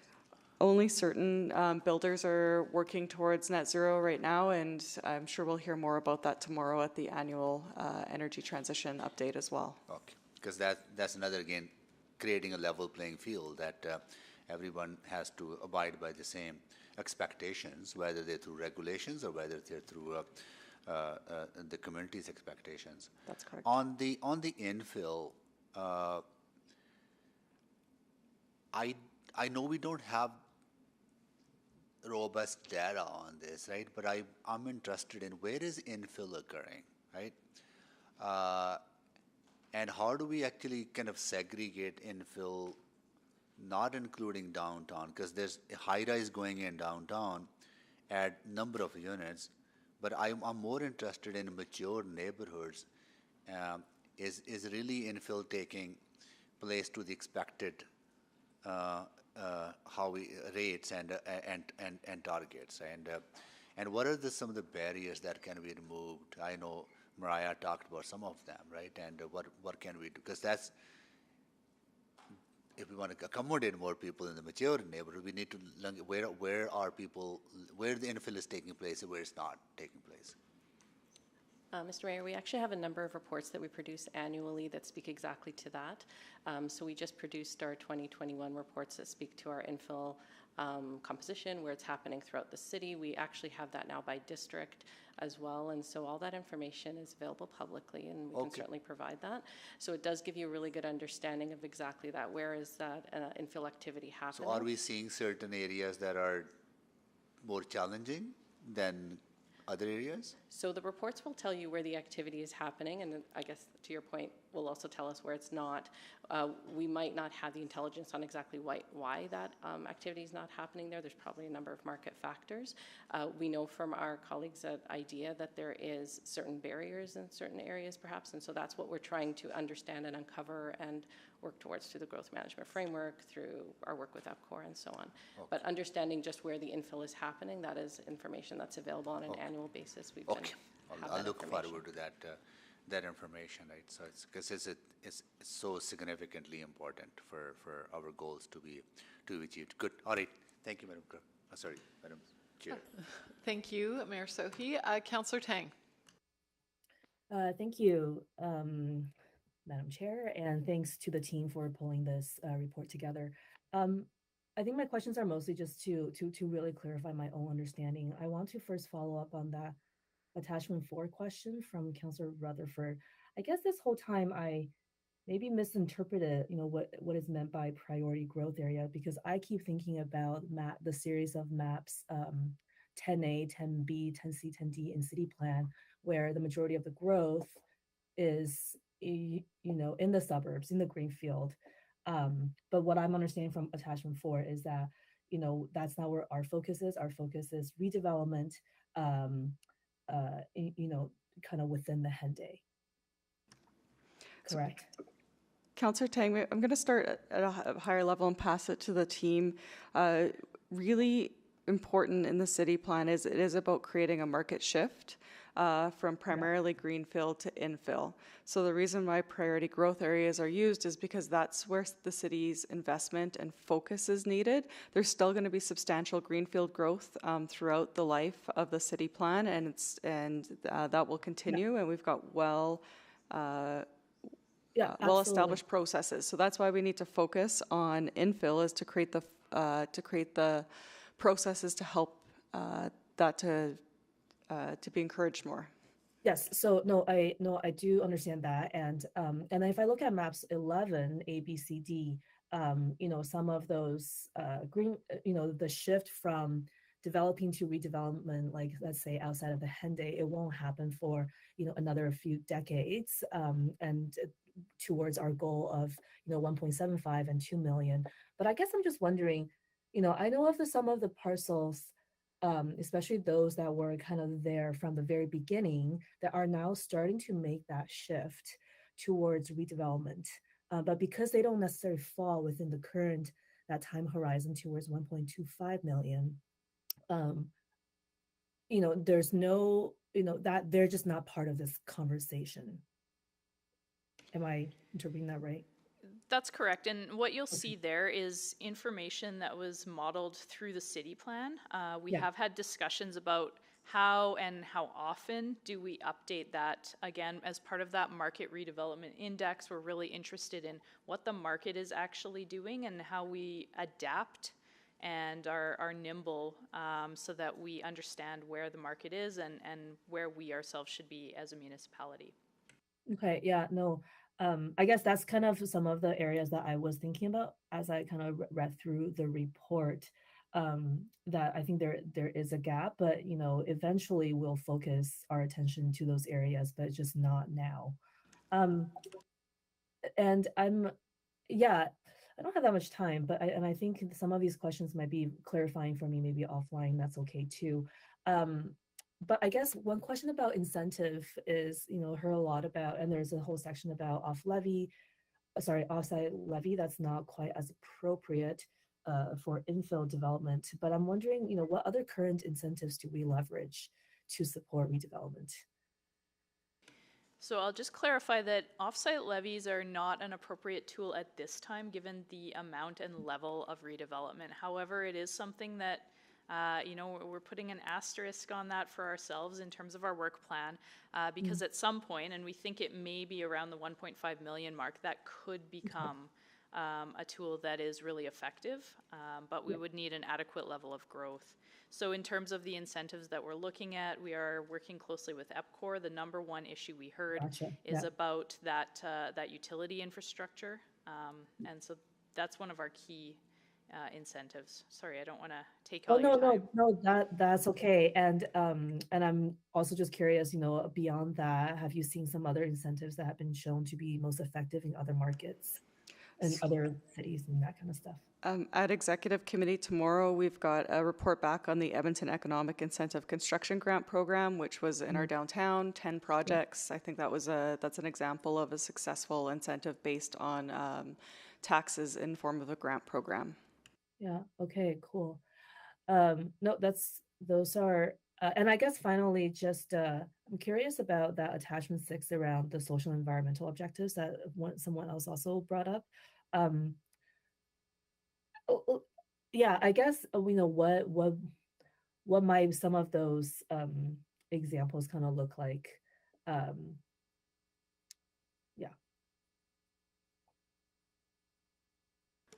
Sorry, Councillor Tang, were you speaking to the types of incentives? What might they Sorry, look like? no, I'm talking about social and environmental objectives. So, we've heard net zero, for example, and I'm wondering if there's others that when in preparing for this report that the team had in mind.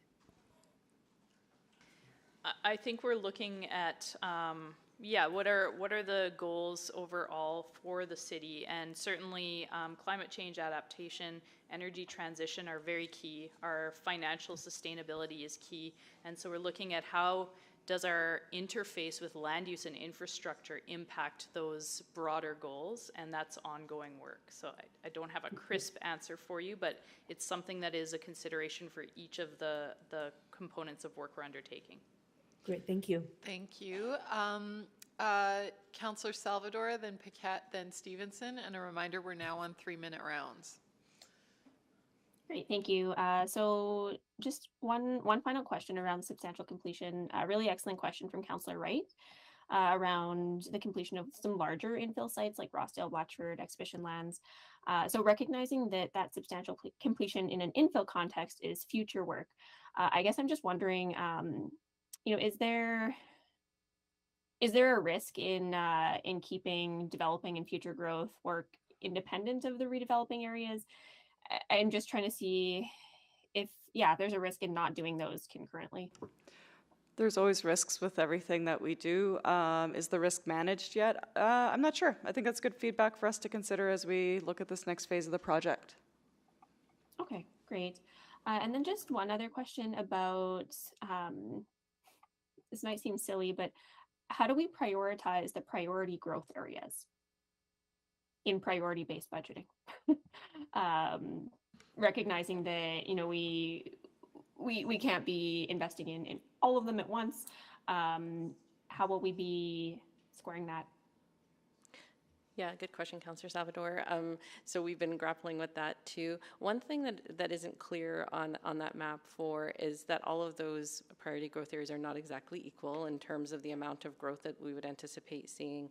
And so one of the things we've been thinking about, and is kind of embedded into the priority-based budgeting, is the amount of growth that the city plan anticipated in terms of dwelling units being one of the criteria that is considered when we're thinking about assigning points or that kind of thing to projects that might be in one of these priority growth areas. So, for example, areas that would expect to see greater than 1,000 dwelling units over the next population horizon might score higher than others, for example. So just to give you an idea there. Okay, and that starts to answer my next question, just around how those priority areas were selected to begin with. I'm thinking about 118th Avenue, for example, you know, identified as a primary corridor in city plan, but didn't see it as one of the priority growth areas. And I recognize that there's both the identification based on that expected growth potential, but at the same time, investments can also be drivers of growth. So yeah, looking to understand that a little bit better and why a primary corridor like 118th was not included. Yeah, you're right, Councillor Salvador. So it was very much driven by the anticipated growth to the 1.25 million horizon. So in the city plan, there's about 70 nodes and corridors. And so it's understood that over time, different levels of effort will need to be applied to those. And so you'll even note that 118 Avenue is noted as an invest corridor on the activation approach. And so some activity still needs to happen in those areas for sure that are still not noted as priority growth areas. But what we're talking about is the amount of effort is substantially different, I suppose, for those priority nodes and corridors. Okay, so it was based very much on the anticipated growth. Yeah. Okay, great. Thank you for the answers. Thank you. Councillor Paquette? Thank you, Madam Chair. Phases and stages. But at this point, I'd like to move that the June 14th, 2022 Urban Planning and Economy Report, UPE 01029, be received for information. All right. Do you have any questions on that? No, just to speak to it. Okay. So I'll come back to you on speaking because I believe Councillor Stevenson still has questions which may relate to receipt of information. Councillor Stevenson. Yes, thanks. Just really quickly again, wanted to circle back on the question of land availability. And I know that that's been in the past really conceived as, you know, suburban single detached lots that are available. Just wondering if we'll also be considering having a more diverse inventory when we talk about land availability in terms of the redevelopment options, just to help inform some of those next stages of growth. That's something that we can consider incorporating into our modeling and our understanding of the market. Absolutely. Great, that's really exciting. And just because no growth management conversation is ever complete without me bringing up fire hydrants, you know, I'm so excited by the work that EPCOR is doing in so many of their spaces. And just wanted to confirm again, for me, I think I'd have a lot of hesitancy around supporting you know, development grants, development incentives to offset the cost of fire hydrant standards if those hydrant standards haven't been really thoroughly rationalized in terms of our current needs. So just want to confirm that work will happen prior to some of those incentives coming forward. Yeah, that's really great. I'm so glad you brought that up because I was kind of kicking myself for not mentioning it earlier, Councillor. So yes, that work is ongoing. If Susan Ansell is here, perhaps she can speak to that a little further. Sure. Yeah, absolutely. The work is ongoing. We are meeting, I think, every 2 weeks right now with the fire department, putting the materials together. And then our plan is to outreach and have some good discussion on that, not just about the infill, but also the greenfield implications. Because if we change the standards, it does have a ripple impact into the greenfield planning where we don't know the building type. And so we want to make sure we don't create a different problem by jumping too quickly into one change. But definitely all indications are that we will be able to reduce the fire flow requirements for most of the development types. Us looking at the priority nodes and corridors, we may want to, have still have some investments to boost that. So it's a bit of a balancing act, but very good work is going on both of those with a plan to report back to. We're still sorting out which committee we come back to with the report. Is it back to utility committee or urban planning? We'll need some direction from council on that. Sure. Yeah, I think I will be thrilled to see that work at either committee. Really appreciate that excellent work that you're doing. It's so fundamental to what we're trying to achieve. So really value that's happening. And yeah, I think I do not get to vote on this, but very happy to support my colleagues accepting it for information. Really excited for the work to come, and thank you again to the team for the excellent work so far. Thank you. So we have receipt of information on the floor. I see no further questions. Is there anyone who wishes to speak? Otherwise, I'll go to Councillor Paquette to close. Thank you, Madam Chair. And I just want to thank, again, the administration and speakers who came out. And thank you for your inputs. Specifically to administration, this is phenomenal work. I'm not sure if Edmontonians actually understand how incredible this is and industry leading. And with council's willingness, we can go further faster. Now, having said that, I do want to make a few cases here. I know that some folks may have some trepidation about this priority-based budgeting and how we are going to be investing in this capital growth, because I believe that the focus here should be on what is best overall for the city. Because when we do that, everyone benefits. And the temptation, I think, might be to break this up a little bit in order to sort of play the hungry hippos of resource management for wards to sort of claw things toward themselves. But that will not serve us, especially when we're talking about a city plan. All good things will come. I really believe that. We've got a lot of challenges coming up and that are with us right now.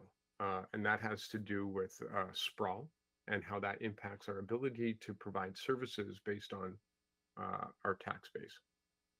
And that's a very serious concern. The demand for services is only increasing. The expectation for services is only increasing. In fact, I think it's safe to say that Edmontonians expect top shelf level of services for medium or below level of taxation, and that is not sustainable. So we actually do need density for that reason. If we want to keep taxes low, we need density. It's that simple, because the demand for services is not going down. There's also the consideration of climate change. It is upon us now.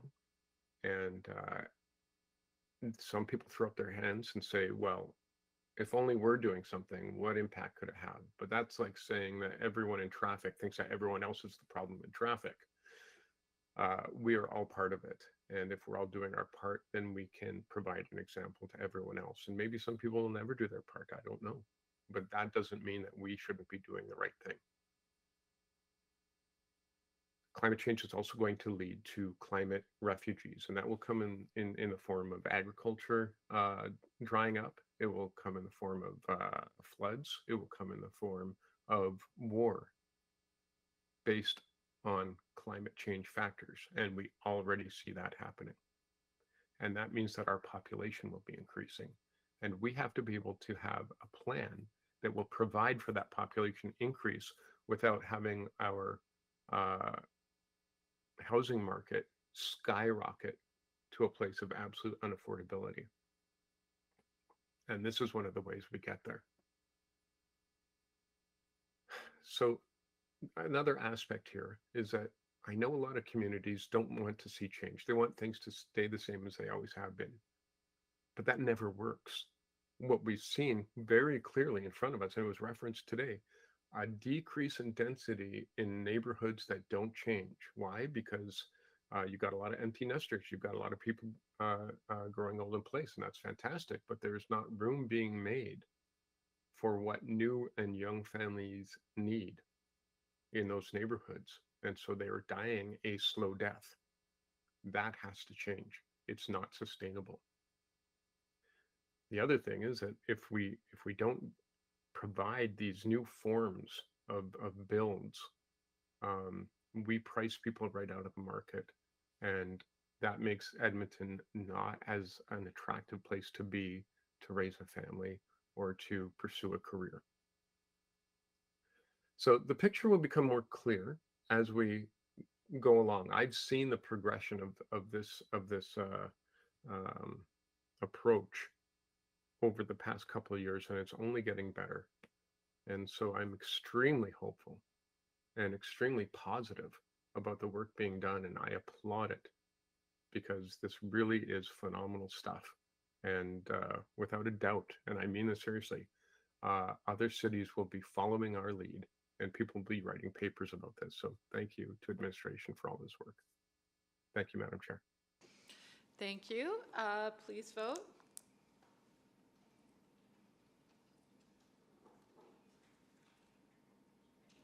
We have all the votes. Please display the vote. And that is carried. So we'll see you back at budget on that conversation. I think the next item is 6.2. Is there a presentation on 6.2? There is, or at least some opening comments. Okay, great. It's going to be a little bit awkward, and I was going back and forth in my head because we have more speakers, I think, than time this morning, but I also recognize that some speakers have been sitting here all morning, so I would like them to at least have the opportunity perhaps to have a word before we go for lunch. So I'll turn it over to administration now. Thank you, members of committee. Today I'm joined by Olivia Blown, our Director of the Zoning Bylaw Renewal, Lila Peter, our Director of Development Approvals and Inspections, and Kim Petrin, our Branch Manager of Development Services. I want to start with that this report before you today is one subset of the work overall in the city plan to recognize the goal of 2 million new trees in urban areas. So trees on private property is just one subset. I'm going to reference a report that goes to executive committee tomorrow that outlines the big city moves and the work that we're doing to understand how we can get 2 million new urban trees planted.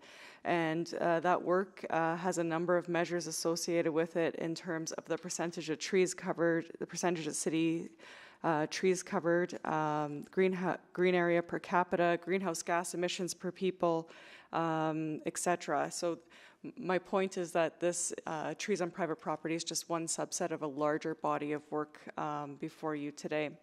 The other thing I wanted to update you on is the work that we are doing, the application that we made to the federal government. The Government of Canada launched the 2 Billion Trees program as part of the broader approach to nature-based climate solutions. And the City of Edmonton has applied for funding to work as a partner to support planting and preservation of new and existing trees.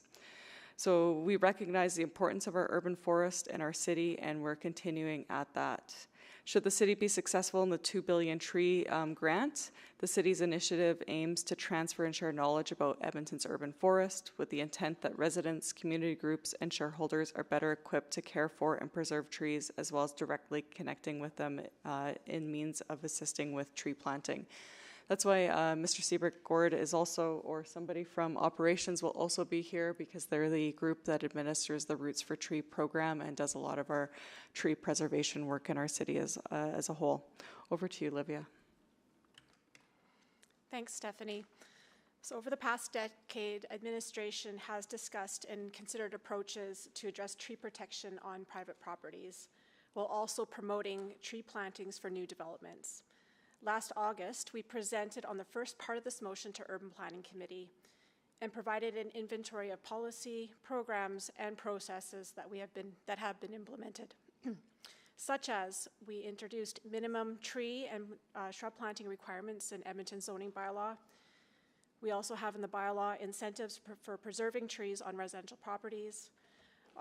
We also listed out the educational and promotional opportunities and compliance and enforcement measures. The City of Edmonton has now expanded authority under the City Charter to develop a private tree bylaw. And as such, if Council chooses to regulate trees on private property, such regulation could be through a private tree bylaw or the zoning bylaw. However, there are drawbacks to having a new private tree bylaw or the use of the zoning bylaw to regulate the removal of trees on private property. Some impacts could include the need for additional staff resources, potentially longer permitting, processing timelines, and the introduction of new development fees for tree removal. And all of these could be a barrier to redevelopment. Administration recommends improving communication of existing processes, regulations, and informing applicants of incentives for tree preservation to meet landscaping requirements. Thank you. Thank you. Is that your comments? All right. We'll see what attendance we have for speakers now. So folks from administration can step back. Don Tolsma, are you with us? I'm here. All right. Thank you. Marlena Wyman. Yes, here I am. Hello. Dustin Badger. I'm here. Great. Randy Woods. He's here in person. Mariah Samji. I'm here. Barbara Sanders. Here in person. Sandra Garrity. I'm here. Thank you. And Christine Kowalchuk. Yes, hello. All right. So our speakers who are present in the room, you can come up. The clerks will show you where to sit. I'm going to go in order of speakers who have registered, but conscientious that we do have call orders of the day at noon. And that's not just for us, but for all the staff folks who can, staff people who can then take their breaks, bio breaks and eating and their like all that.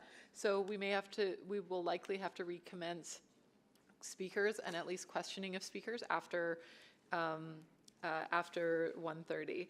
But we'd go straight into that. So as our speakers are getting settled, I think most were with me earlier when I talked about the time you have, et cetera. So I'll start with Mr. Tolsma. You have 5 minutes.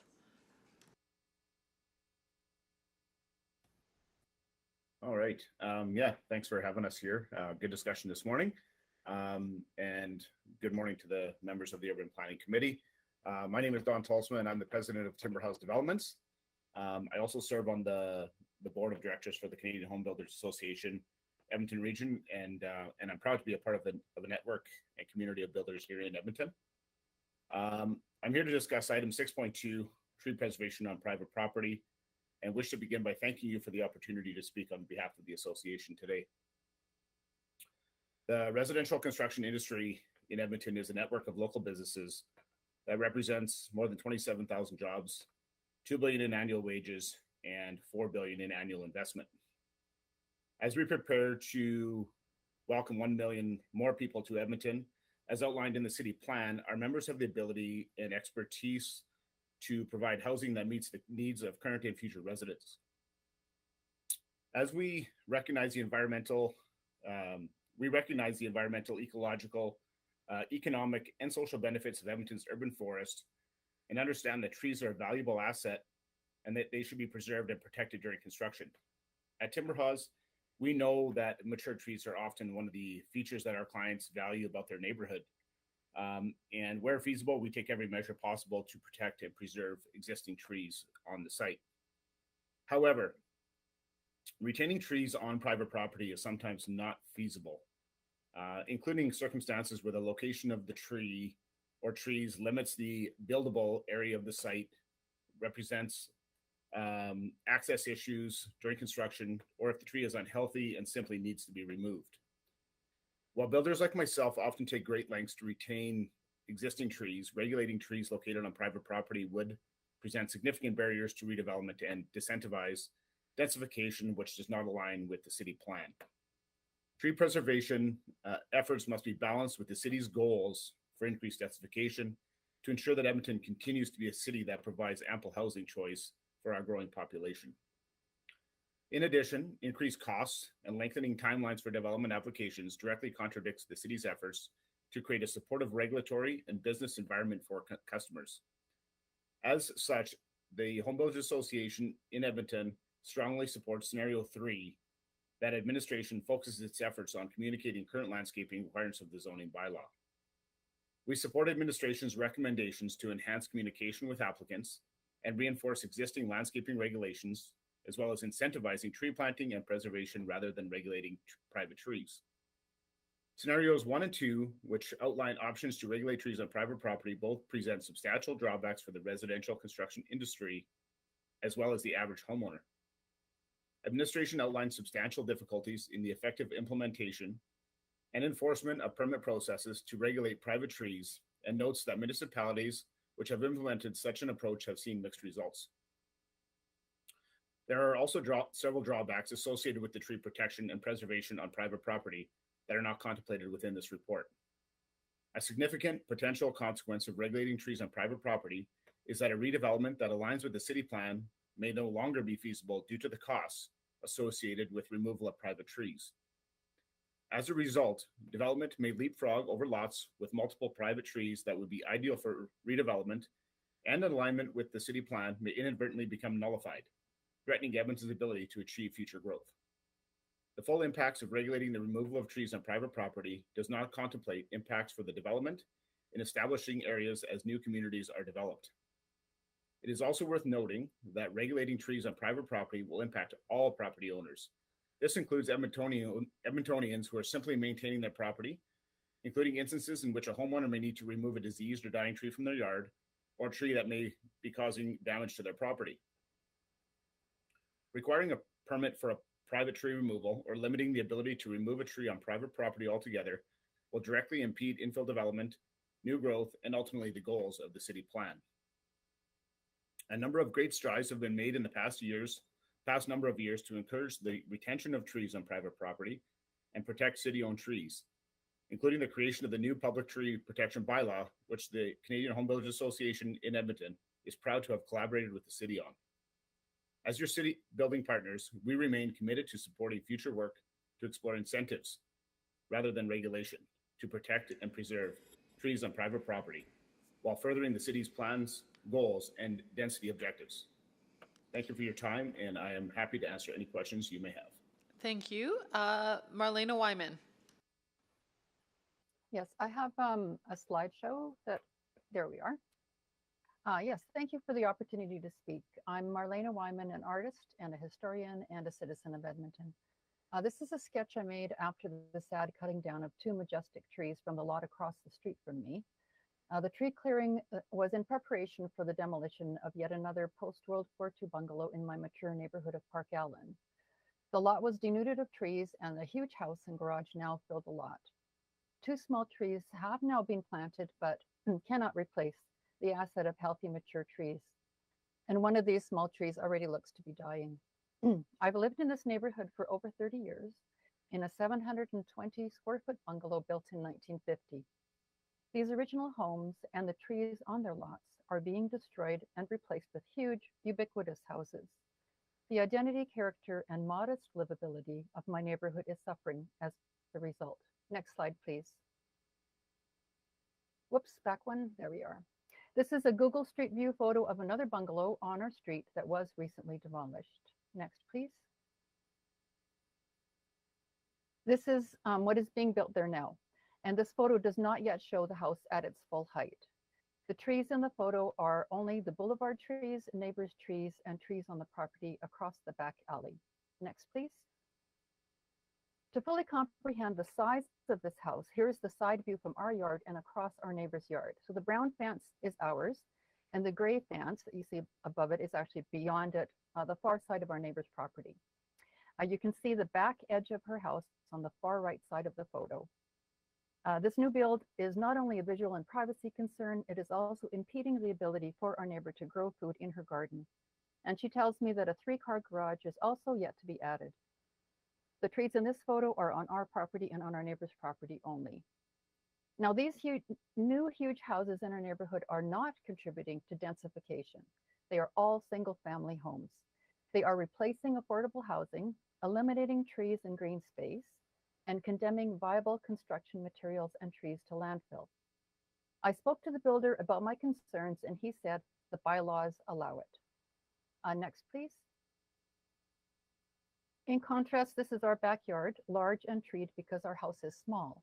We also have vegetable gardens and fruit trees in our yard, and there would be room for densification by way of an affordable garden suite that could also enjoy the benefits of green space and trees in the yard. The trees that you see in the far background are in our neighbor's yard across the alley. Next, please. I served as Edmonton's 5th Historian Laureate, and I interpreted the position through my art practice. In one of my exhibits, I honored Gladys Reeves, an early Edmontonian who loved our city, our trees, and our green spaces. She was instrumental in the formation of the Edmonton Tree Planting Committee in 1923. And this painting is inspired by her quote, "I love trees, I love beautiful home surroundings, and I want the visitors to our city to take home with them the impression that the people of Edmonton must love their city, or they would not have taken the trouble to make it lovely." Next, please. I'm also co-founder of Urban Sketchers Edmonton, a branch of the International Urban Sketchers movement. Next, please. To quote visionary developer Zita Cobb, "We have become handmaidens of business when we really need to be handmaidens of life.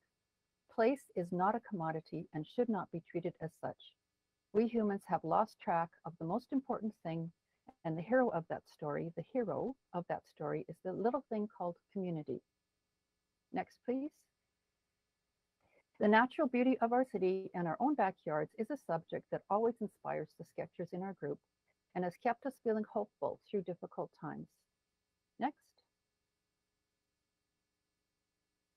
Trees are one of our assets that are important for Edmonton's identity and placemaking.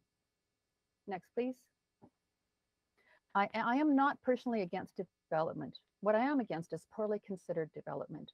We can have visionary, sustainable development and densification and trees and beautiful livable neighborhoods. Next, please. Good planning in our city can help provide us with a sense of community and civic pride. Next. So let's consider this a situation of and, not of or.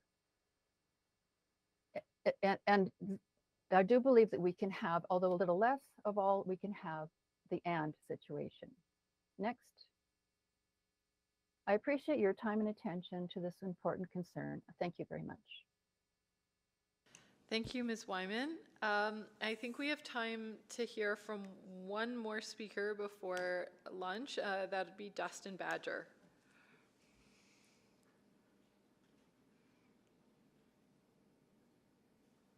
Mr. Badger?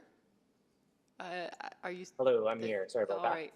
Okay. I had double screens going on here. Yeah, thank you very much for the opportunity to present today.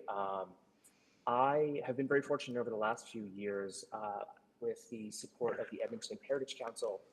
I have been running around Edmonton cataloging heritage trees specifically.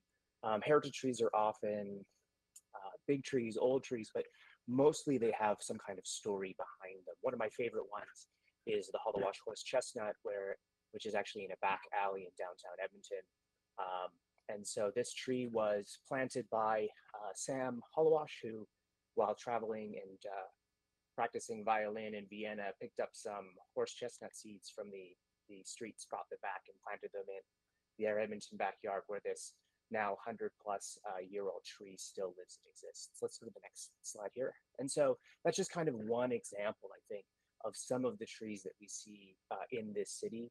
And in fact, we have, as a group here, small group, have mapped hundreds of unique, uncommon trees that have really, I think, play a role in telling the story of this place and the Edmontonians who call it home.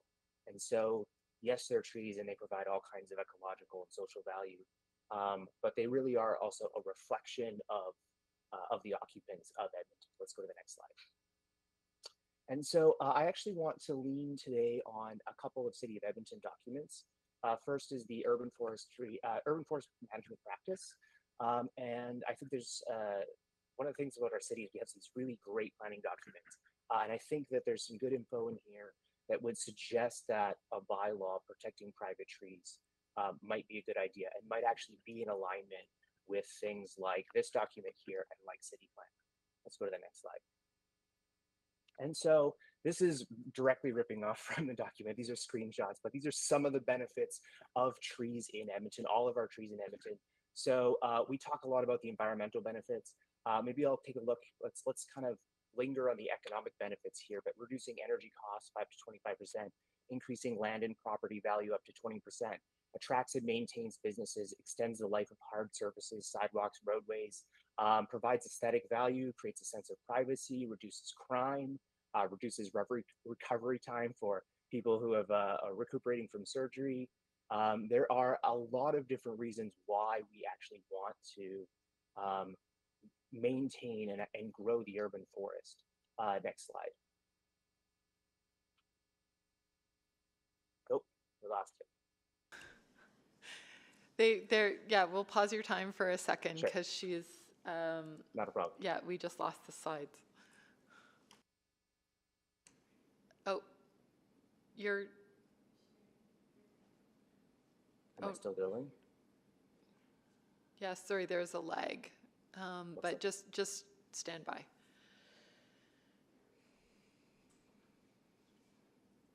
There we go. We've got it back. Perfect. So let's just jump up to where we were. You have 2 minutes and 13 seconds left. Perfect. Thank you. And so actually, let's skip this slide here with the amount of time we have left here. This is also taken from the forestry management practice here. So I want to just kind of point out residential trees represent, so that's about 7.1 million trees on just residential properties. For context, we have about 12.8 million trees in the city of Edmonton. Let's go to the next slide. And this is directly from city plan. So Edmonton's tree count is currently estimated at 12.8. So there's that same number. Of those, 380,000 are publicly owned. So we have 12.8 million trees. 380,000 of them are in the city's tree inventory. So what that says is that the vast majority of all of our trees are not publicly owned trees. Now, there's a million trees for parks and the river valley, but most of our trees are residential or in commercial properties or industrial. So let's go to the next slide. Which really is like 3% of the trees in Edmonton are publicly owned. We could up that to 11% if we talk about the river valley itself. And these are some recommendations from the forestry management plan. So promote planting, protection, and preservation of trees on public and private land, remembering that most of our trees are private trees.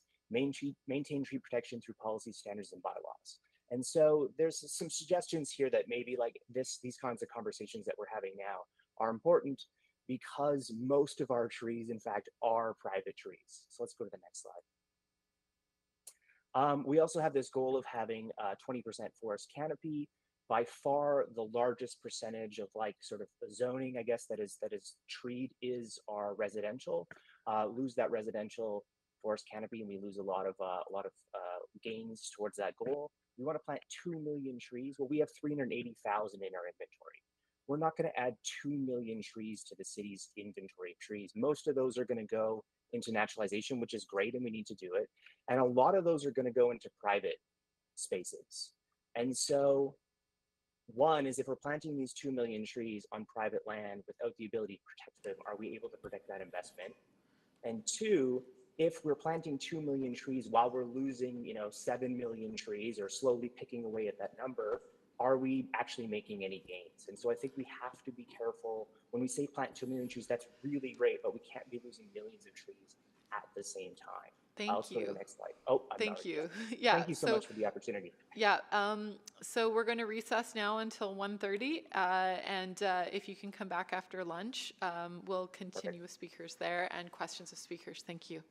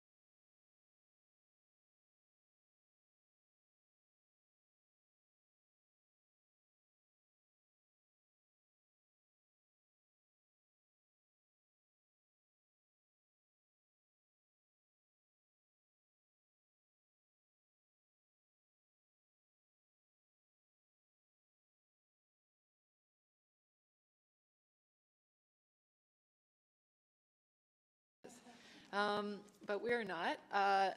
I'll just do a quick roll call. Councillor Paquette? Good afternoon. Councillor Principe? Hello. And Councillor Salvador. Hello.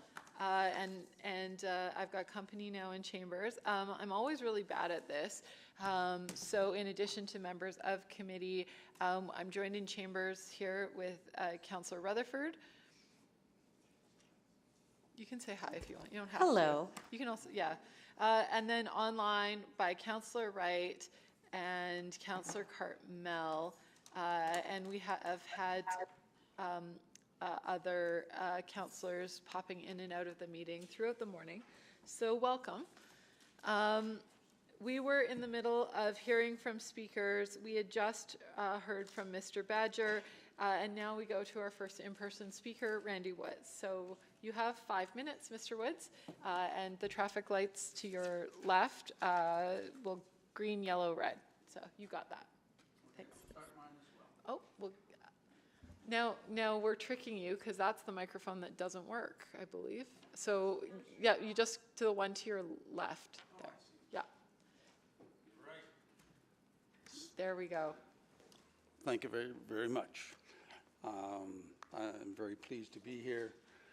I came today to express my dismay about the clear cutting of mature trees and the removal of their inherent tree canopy. I have displayed up above the house on the upper left is my old house in Aspen Gardens.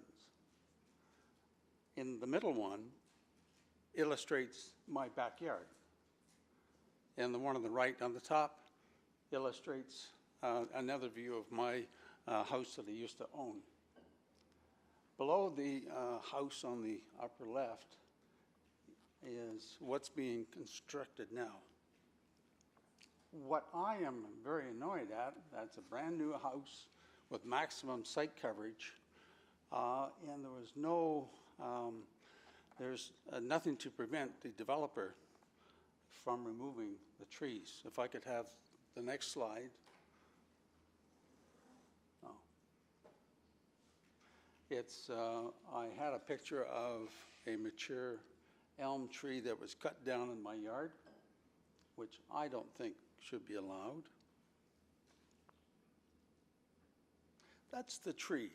It was a mature elm tree, and the developer that went along the side of my house, the developer showed no respect for an old tree. He had to cut it down because he wanted to. That had no bearing on the size of house that was being built on that property. I do live in Aspen Gardens, and it puzzles me that every house that's being torn down to make way for infill is, oh, they're tearing down all the trees too. We're clear cutting all of the mature trees. I don't think that should be allowed to continue. I did notice that other cities, including Toronto, Oakville, Winnipeg, and Vancouver, have similar bylaws to prevent the wholesale clear cutting of mature trees. I think maybe the city of Edmonton should consider strongly to adopt a similar bylaw.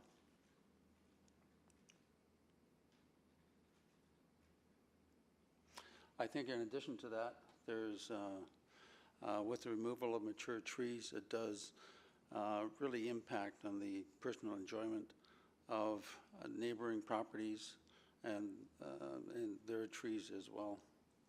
That's all I have. I do support, or would support, the adoption of a private tree bylaw. Thank you. Thank you very much. Ms. Samji. Good afternoon, and thank you so much again to Urban Planning Committee, the Mayor, and the rest of Council here today to hear from ideas. IDEA believes that the sustainability of our city, which trees are a part of, should be viewed as a holistic lens. As the administration stated in their report and the technical studies that helped to create the city plan, it found that densification is one of the most important tools in which climate change impacts can be mitigated. The city plan greenhouse gas energy analysis. Sorry, I was out late decorating for my brother's wedding and I have a tickle in my throat today. Said that the city plan's preferred scenario shows an increase in the proportion of medium and high density housing in nodes and corridors and greater land use and mix of land use throughout our neighborhoods, creates efficiency in our built environment and results in building energy consumption savings, improve viability of district energy, and reduce the number of vehicles kilometers traveled by day per car. This results in a 6% per person reduction in greenhouse gas emissions as compared to 2019. There is a demonstrated desire in the infill community to build sustainable communities that protect our urban tree canopy. IDEA has hosted 6 educational sessions in the past 3 years on tree protection and the value of trees. We also supported the recently approved public tree bylaw and created awareness and new processes among our members to ensure that those who are building within our mature neighborhoods are in alignment with that bylaw.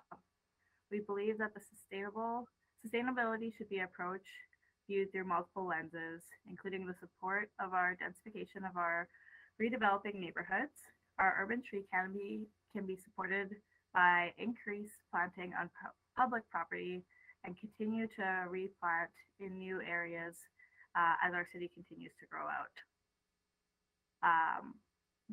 I shared a letter with you late last week that shows how the zoning bylaw is currently treating our landscaping requirements. And we also believe that communicating the benefits of retraining mature trees on public and private property to the industry is very beneficial, as we've seen through other programs and educational improvements that we've seen throughout the city of Edmonton. Thank you so much for your time today. Thank you, Ms. Samji. Barbara Sanders. That one works, yeah, but you have to, I think you have to press the button really hard. So let's give it a test. I have a light. There you go, Okay. Perfect. And I did send in a presentation, and I'm already feeling that it's a lot of the issues have been raised, some of them, so I'll be kind of improvising a little bit. I'm in favor of protecting mature trees on private property, and to be honest, I don't really care what it takes, right? Lots of the information on this slide has been mentioned. What I would like to highlight that I think there is a disconnect between removing a tree and planting a tree. So if a tree is removed, let's say it's like 40 years old, has 30 centimeters, and that is removed for a building site, that tree usually goes to, I assume, a landfill. Maybe it's chopped up, maybe it's burned, but the carbon that's stored in that tree is released right away within 1 or 2 years, right? It decomposes. If I plant a sapling that's about this much, that sapling takes 40 years to just recapture the carbon that's been lost from taking down that tree. So there is a real cost to taking that down that has not been accounted for, that I haven't seen accounted for. Similar to the data on the tree cover in Edmonton, I think it's about 10 years old. What I've seen 2009 was earlier. I think we lost trees, and we don't know how many because there has been no count. So that's one of the things that I would like maybe more information from administration. And that's easy to do. Google Maps shows all the trees, right? You can look at what was there 10 years ago, and you can look at what was there now. Next slide, please.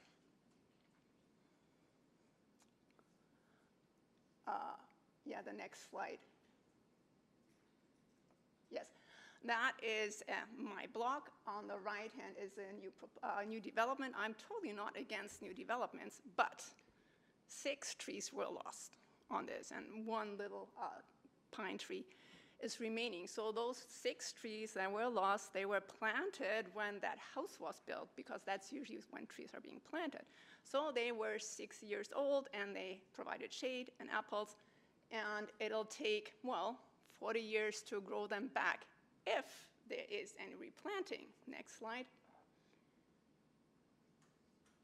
Because those are the two new infill houses right adjacent to that, and there's absolutely no tree in any of these sites, and those are 6 to 7-year-old infills.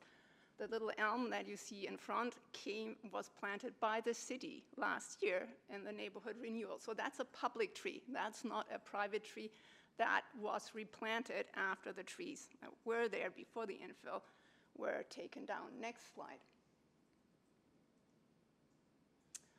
So it's really about what we want to do, right?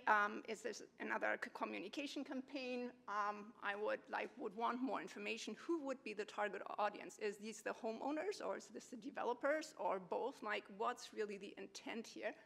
I find that was a little short on that. And how effective have past communication campaigns been? Because we are losing trees right now. If we educate and then it takes another, let's say, 5 years for this to filter through and to result in change, then during that time, we're still losing trees, right? And again, there's no accountability, no measurement, no success rate. So communication can work, maybe not. Is that a risk we're willing to take? Zoning and bylaws, right? Again, who would be affected? Primarily the developers. The homeowners usually come later when the deed is done and the grass is laid, right? Again, it's a question of accountability. There, next slide, are already bylaws requiring that this is replanted, but as I've shown, there's already an enforcement or whatever issue, it's hardly ever being done. Right, so we have existing zoning bylaws that require replanting, and again, next one, I think they're not effective right now, so why have more zoning if the ones that we have are already not working? Last slide. So again, I think of course, it's a political decision. You need to know what you want to do, and then you need to have a choice of how to get there. And I'm suggesting that real incentive programs like tax relief for the owner of mature trees that keep them and provide a public service has not been looked at. Or other incentive programs that help with like covering the cost of maintaining trees so that they don't get sick and don't need to cut down. Okay, thank you. Thank you very much. Next up is Sandra Garrity, who's joining us remotely. Yeah, hi there. I'm Sandra Garrity. I'm speaking on behalf of the Tomorrow Foundation. I'm the current secretary of the board and a member of our private urban forest project team. Tomorrow Foundation is an Edmonton-based environmental charity that works to ensure all Edmontonians are engaged in building a vibrant, green and equitable city, and ensures that all Edmontonians have a livable climate in the future.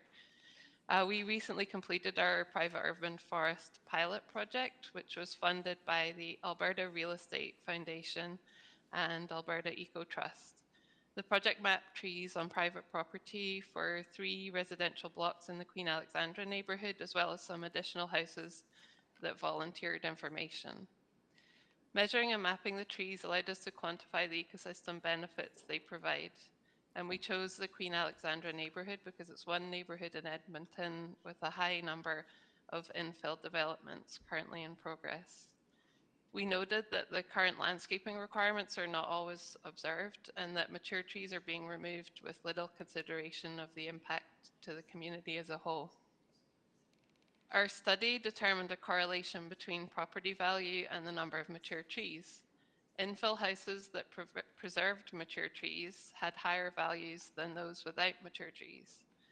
Our study also included discussions with local developers about policy, and those discussions are recorded in our final report, but can generally be summarized that those developers we spoke to would support a policy by the city to preserve mature trees. We also presented our findings to IDEA, and the discussion afterwards with the developers attending confirmed general support for improved policy for tree preservation in the city. The report's available on our website. The Tomorrow Foundation believes it's great that the city is acknowledging the importance of trees on private property, but that we need direct action to protect this important resource. Residentially owned trees account for 58% of Edmonton's urban forest, and that's a fact that maybe contradicts what Dustin said earlier, but I'm assuming it's to do with percent canopy rather than number of trees. But regardless, the number of residentially owned trees are a large proportion of the city's trees. The city's goal of planting 2 million trees by 2050 without a plan to protect the largest existing component of the urban forest means that that goal will easily be eroded and more trees will have to be planted to provide the equivalent benefits. Mature trees in particular provide so many climate benefits. They cool down our houses and neighborhoods, they reduce stormwater runoff, they capture and store carbon, and they provide significant proven health benefits to everyone in the community. Mature trees are especially in need of protection as a smaller replacement would take decades to reach the same impact, and that's time we simply do not have. Right now, mature trees are being lost to development, and often no new trees are planted, even though the zoning bylaws require it. So far, communication and zoning regulations have not adequately protected mature trees, which is why the Tomorrow Foundation supports option 1, the private tree bylaw. Tomorrow Foundation supports infill development and mitigating the sprawl of the city, and we hope that a private tree bylaw that focuses on mature trees can help the city achieve 2 of its goals, increasing the density of the city while preparing for the climate emergency. According to the Climate Atlas of Canada, it's predicted that by 2050, Edmonton will have 28 days or more each summer of plus 30°C weather. Neighborhoods with more mature trees have been proven to be cooler, according to the heat island map of Edmonton. And as infill increases in these mature neighborhoods, the loss of the mature tree canopy will result in a loss of those cooling benefits. A private tree bylaw focused on mature trees will let the city thoughtfully develop density while simultaneously protecting the existing green infrastructure we already benefit from. And this approach would be in line with other municipalities, such as the City of Vancouver, that have taken the necessary steps to protect their most valuable trees. Thank you for the opportunity to talk. Thank you very much. Last up, we have Christine Kowalczyk. Thank you. Good afternoon, committee and councillors. The Edmonton River Valley Conservation Coalition strongly urges you to direct administration to create a private tree preservation bylaw. Next slide, please. As the city's urban forestry management plan states, next slide, please. Edmonton's trees represent an irreplaceable asset, and unlike other municipal infrastructure, trees increase in value over time. The urban forest makes a quantifiable contribution to the long-term livability of our city. Next slide, please. Trees do critical work in mitigating climate change, cleaning the air, cooling the city, helping to prevent both drought and flooding, and providing food and habitat for wildlife, including pollinators. They also contribute greatly to Edmontonians' physical and mental health and are central to the beauty of our city. We need to recognize that trees are economically, ecologically, and socially invaluable. In fact, we simply can't afford not to protect them. Trees enable enormous savings and pay for themselves many times over. Next slide, please. Trees' value is so immense that the city plan commits to planting 2 million new trees. Likewise, the city's 2021-2022 urban forest management plan stated its goal of increasing the city's canopy cover from 13 to 20%. However, tree planting alone will never help us effectively mitigate climate change or achieve our canopy goals. More important and more cost efficient is to protect the mature trees we already have. Next slide, please. As the Intergovernmental Panel on Climate Change has shown, mature trees provide exponentially greater ecosystem benefits, including sequestering more carbon than young trees. In Edmonton, as mature trees make up only 15% of the city's urban forest, it is critical that we protect every one of these trees as much as possible, especially in the context of the climate crisis. And every decision is a climate decision. We appreciate the city's introduction last year of a public tree protection bylaw. It now makes sense for Edmonton to create consistent policy and implement a private tree bylaw as well. Next slide, please. This would also align us with other Canadian cities, including Toronto, Ottawa, Vancouver, and many others. Next slide, please. Importantly, Edmontonians want such a bylaw. Urban Forestry's April 2020 What We Heard report states that of the 3,343 Edmontons surveyed, between 52 and 70% of respondents agreed that they support a bylaw to protect trees on private property.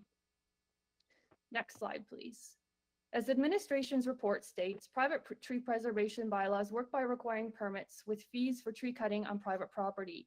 The permit forces a pause and ensures at least some monetary value for the tree. Existing processes are insufficient at protecting trees. And I should note that the infill development on the property next door to my own duplex in Riverdale has led to the loss of at least 10 mature trees for a new home that would not count as affordable housing. A bylaw would create a standard for tree preservation, and the permit costs can cover the administrative work and enforcement of the bylaw. Next slide, please. Private tree preservation bylaws do not conflict with density, which ERVCC also supports. As a January 2022 Strong Towns article emphasizes, pitting tree preservation versus density is a false argument. The author, who is an urban planner, notes that unlike single home zoning or minimum parking regulations, tree preservation bylaws are not an impediment to density. Instead, they ensure good design. A good infill developer, he says, will think, how can I not only accommodate these trees, but locate things to maximize their benefit? And they absolutely provide benefit to the homeowner, the city, and the developer. Next slide, please. Homeowners benefit from greatly reduced energy consumption, and cities benefit from decreased stormwater runoff. Next slide, please. Developers also benefit from improved reputation, as the communities in which they use mature trees as a selling feature do not then lose trees from the development itself. Furthermore, a bylaw, which offers clarity that non-statutory policies do not, would prevent conflicts between neighbors. Next slide, please. Densification cannot be a single-minded goal of fitting in more people. Big city thinking recognizes the need to prioritize nature and work with her for the benefit of all. Once we take that perspective, alternatives appear. For example, former Chief City Planner Peter Ohm stated that the greatest amount of public space in our city is taken up by roads. That suggests that densification could be understood as primarily a transportation issue. Rather than widening roads, which has been proven to simply further induce demand for more cars, we could repurpose many existing roads into an excellent bus-based public transit system and into bike and pedestrian zones, and then we could turn parking lots into homes. It's cars that get in the way of density, not trees. We urge you to ensure we are indeed greener as we grow by voting in favor of a private tree preservation bylaw. Thank you very much. Thank you. And that concludes questions, or that concludes hearing from speakers. Councillor Paquette, you had selected this, so I'll go to you first for questions. Okay, thank you, Madam Chair, and thank you to all our speakers. Yeah, so a book that I frequently browse is called A Pattern Language. It was written a long time ago. And one of its main points is that anything new must actually improve what already exists. So I think it really pertains to this. So I'm going to start with Mr. Badger. There is a tension here in that some of the needed redevelopment we need for density in order to further our climate goals also means that some of these trees on private land don't lend themselves to that redevelopment. And so where do we find the balance in that tension? Oh, that's a hard question. I do think that that balance is possible. And I think that Christine Kowalchuk just maybe pointed to a couple sources that might provide some clues. I'm not, I think it is important to recognize that I mean, trees are living things, and they do get old. Sometimes trees get down, have to come down. Sometimes they are truly in conflict with development. And so I don't think that supporting a bylaw is necessarily saying that every single tree above a certain size is always going to be protected. I do think that a bylaw would provide pause I do often think that trying to develop with the site, which includes trees on that site, often makes for better development. And as you know, sort of mentioned through a variety of the presentations, there are a lot of really great reasons why we would want to save as many of these mature trees as possible. I guess I'm just sort of jumping around my answer of saying I don't have a really nice kind of concrete list of when a tree should be kept and when it shouldn't. But I do think that we don't currently have the tools for having that broader conversation and for bringing a little bit of pause to a development that just wants to maybe come in and start with a blank slate, because that is obviously kind of a much easier thing to do.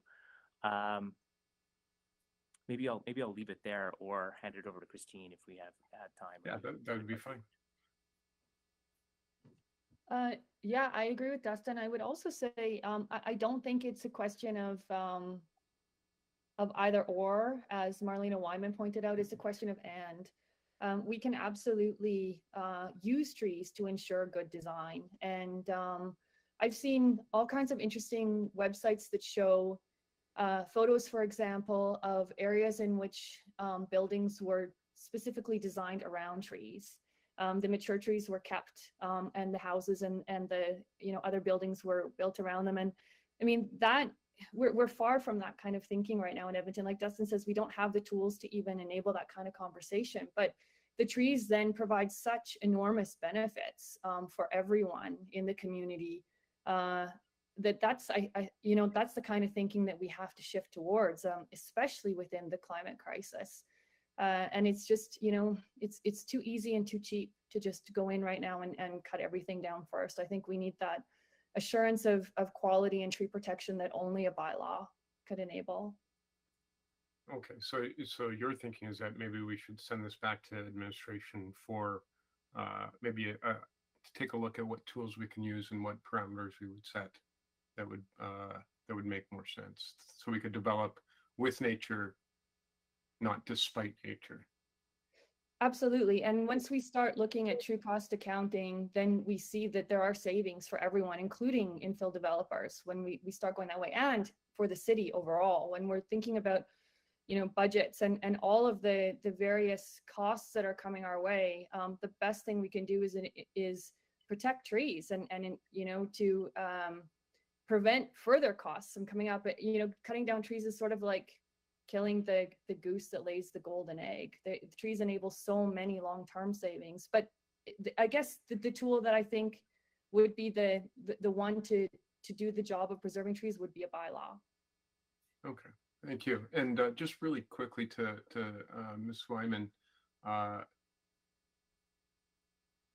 your exhibit sounds cool. I'd love you to send me a link so I can take a look at it. So thank you. That's it. Thank you, Madam Chair. Yeah. All right. Thank you. Thank you. Councillor Salvador. Thank you, Madam Chair, and thanks so much to all of our speakers for being here. I'll start with Dustin Bajer. So we heard some concern around, the replacement of potentially 30-year-old trees, 40-year-old trees with quite small saplings. And I'm just wondering if you could comment on the current, adequacy of the landscaping requirements. I believe that there are sort of minimum size or minimum maturities, but do you think there's an opportunity to actually bump that up so that trees that are being replaced are actually more substantial than a small sapling? It's funny that I'm getting this question because I grow trees here in the city of Edmonton, run a tree nursery. And in my mind, I'm always like, because I'm growing small trees in an urban space, I'm always like, small trees are easy to plant, easier to get established. And so I'm actually, personally, I'm more interested in lowering the minimum size of new plantings because I think that it's more affordable. But what you're saying for sure is correct in that larger trees provide more ecosystem services and value. And so we have to recognize that when we pull down something that is, providing much more benefit in replacing with something that has less, there's going to be that time lag, right? Like small trees will eventually become old trees, but there's going to be that time lag in there. And so swapping one out for the other is, you're going to have maybe a 30, 40-year lag before you start kind of coming up with something that is comparable. So in my mind, one, if you can save as many of those older mature trees as possible, perfect. Two, if you can plant more trees of any size, they will eventually, sort of catch up. But we have to recognize that there is going to be that lag, and so just kind of a one-for-one swap out isn't quite adequate. Yeah, well, I really appreciate your thoughts. Yeah, yeah, I appreciate your thoughts there. It's not the same thing, And yeah, absolutely. I mean, the priority needs to be the preservation and protection of those large established mature trees. But I'm just thinking in the absence of the ability to potentially save one, would it be preferable to have, a larger minimum size? But I'm hearing that from purely an ecological perspective, probably, but from a feasibility perspective, smaller, less Yeah, it's certainly more easier. expensive. The other weird thing, this is counterintuitive.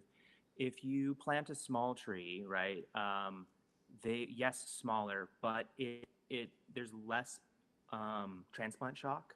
And so they actually tend to get more established and put on size much faster than a larger tree. And so you could up the size of the tree, and you could say, okay, we're going to plant in this giant, 12-foot tree, and it might do nothing for like 5 to 8 years before it actively recovers from being transplanted and starts growing. Meanwhile, that little tree you put in is pretty much caught up with that larger tree. And so, it would be more expensive to install, and in the end, not necessarily get you to that larger tree faster.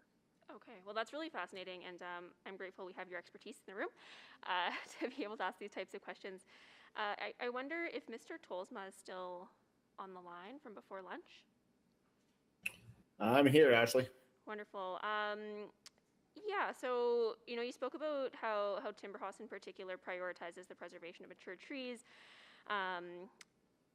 but not all builders do. And I guess I'm wondering, given the current incentives that are built into the landscaping requirements, do you find that those are compelling? Because I'm struggling with the concept, if there was a bylaw in place, would that just be deemed kind of the cost of doing business? Like, because I think the ultimate goal here, of course, is to preserve and protect mature trees. I'm just wondering, like, is a bylaw actually going to get us to those outcomes, or is it just going to be built into the cost of a project? That's my worry, and that's my concern. Yeah, I would respond by saying that it will drive up the cost of construction for sure. There's many different types of developments that are going on throughout the city of Edmonton, and I guess the key word that pops to mind is densification. You want to take a 50-foot wide lot or a 48-foot wide lot and put a threeplex on it. You get the densification, but the trees unfortunately have to go. I think the other thing as a builder or as a developer is we are kind of at the mercy of our client. So when we talk about our job as a builder is to encourage trees to stay. And I'm out of time here. Am I allowed to go into overtime here or what? Yeah, you can finish your thought. Okay, thank you. We had a lot just recently where we had a quote for the trees to come down for a threeplex, which was not, again, we're building it on behalf of someone. The cost to remove the trees was $16,000. $16,000. So if we had to have if there's a bylaw in place to protect these private trees, I don't know what that would look like, but there would now be a cost for that permit, and those trees would eventually have to come down anyways as per the city plan to get the densification. So, and there is a landscaping plan that goes with it, and Dustin put it very well. You have to replace those trees, and we put them in at a smaller scale so they do grow at a rapid pace. But we are definitely at the we need to educate the general population, not regulate the population. Educating our clients that, for example, if they don't want landscaping included in their build, well, they might leave the landscaping for 2 years for settlement, let the land settle so they don't have problems in the future with sinking and flooding. And then they landscape 2 years later. They need to be educated that they need to put X amount of trees and X amount of shrubs in that property. And so, yeah, I'll leave it at that, and I'll answer some more questions as we keep going here. Thank you. I clicked on it, I had questions. I think, Barbara, as you were talking, I wrote down a note that about tree quality as well. And I'm wondering if you had thoughts, because the landscaping guidelines, I think, have broad parameters in terms of what landscaping should look like. But I think maybe I got from what you were saying that we needed to also look at the quality, because we don't always plant vegetation that thrives here or that does its best work here. Correct? Can you turn on the mic? There you go. Again, trees are not all equal, you all know, and one of the most visual example is the Swedish columnar poplars that grow really fast and beautifully, and they're dead after 25 years, right? And then they become, of course, a danger for power lines, for the house, and whatever, right? So it's really it's like a weed tree, right? It's bred to really absorb nutrients from like sludge fields and turn it into biomass. That's what it's bred for, that's what it does, right? Of course, that then leads to problems early, whereas like slow-growing trees, mature trees do take hundreds of years, and the lifespan of most of our native trees, the normal lifespans are hundreds of years where they can stay healthy if they have been taken care of and they don't like turn into dangerous things. But again, this has a cost to the property owner, like pruning a tree. And I think that is an incentive program that has not been covered. So what, like preventative measures to keep the qualities of the trees high and maybe reward good behavior, because these trees provide public services, not just to my lot, but to my neighbor's lot as well. We have an elm tree in our lot that 12 years ago, like split into two. Like it'd be like some elm trees do, they really split. And we had a very knowledgeable arborist, and he kind of put a brace on, he put a big clamp on, and now 15 years later, you do not see the crack anymore. It's gone, it's healed, right? So again, like just because a tree looks bad does not mean it cannot be improved or kept, right? So there's a whole kind of discussion of, again, like health, prevention, like going to the dentist regularly, things like this that I think could be incentivized in property owners, like owners of these trees, so that it's not just a clean cut, good tree, bad tree, or whatever this tree, right? So that's just quality of trees, and how to nurture and take care of them is a whole different aspect that has not been looked at ever, I think. That's, I think, an excellent point. Thank you. Maybe a question to Mr. Badger. I think part of your presentation was about the historic, unique, and uncommon trees. And I'm wondering, and again, I sound like I'm sorting trees, but in my questions today, but there are, I'm going to say, your sort of common trees, and I think of those big blue spruces that proliferate the front and backyards of Edmonton. But then you pointed out some historic trees. I think of is it the Laurent Garneau maple in Garneau neighborhood? Is there a practice in other municipalities of that kind of recognition of your historic, uncommon, and unique trees?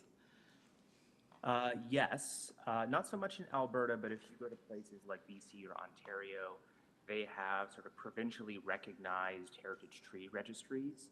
And I think a lot of the municipalities will recognize landscaping material, so like things like trees, as heritage resources. We tend to view here in Edmonton heritage resources as being like the built environment. And so trees are kind of excluded from that.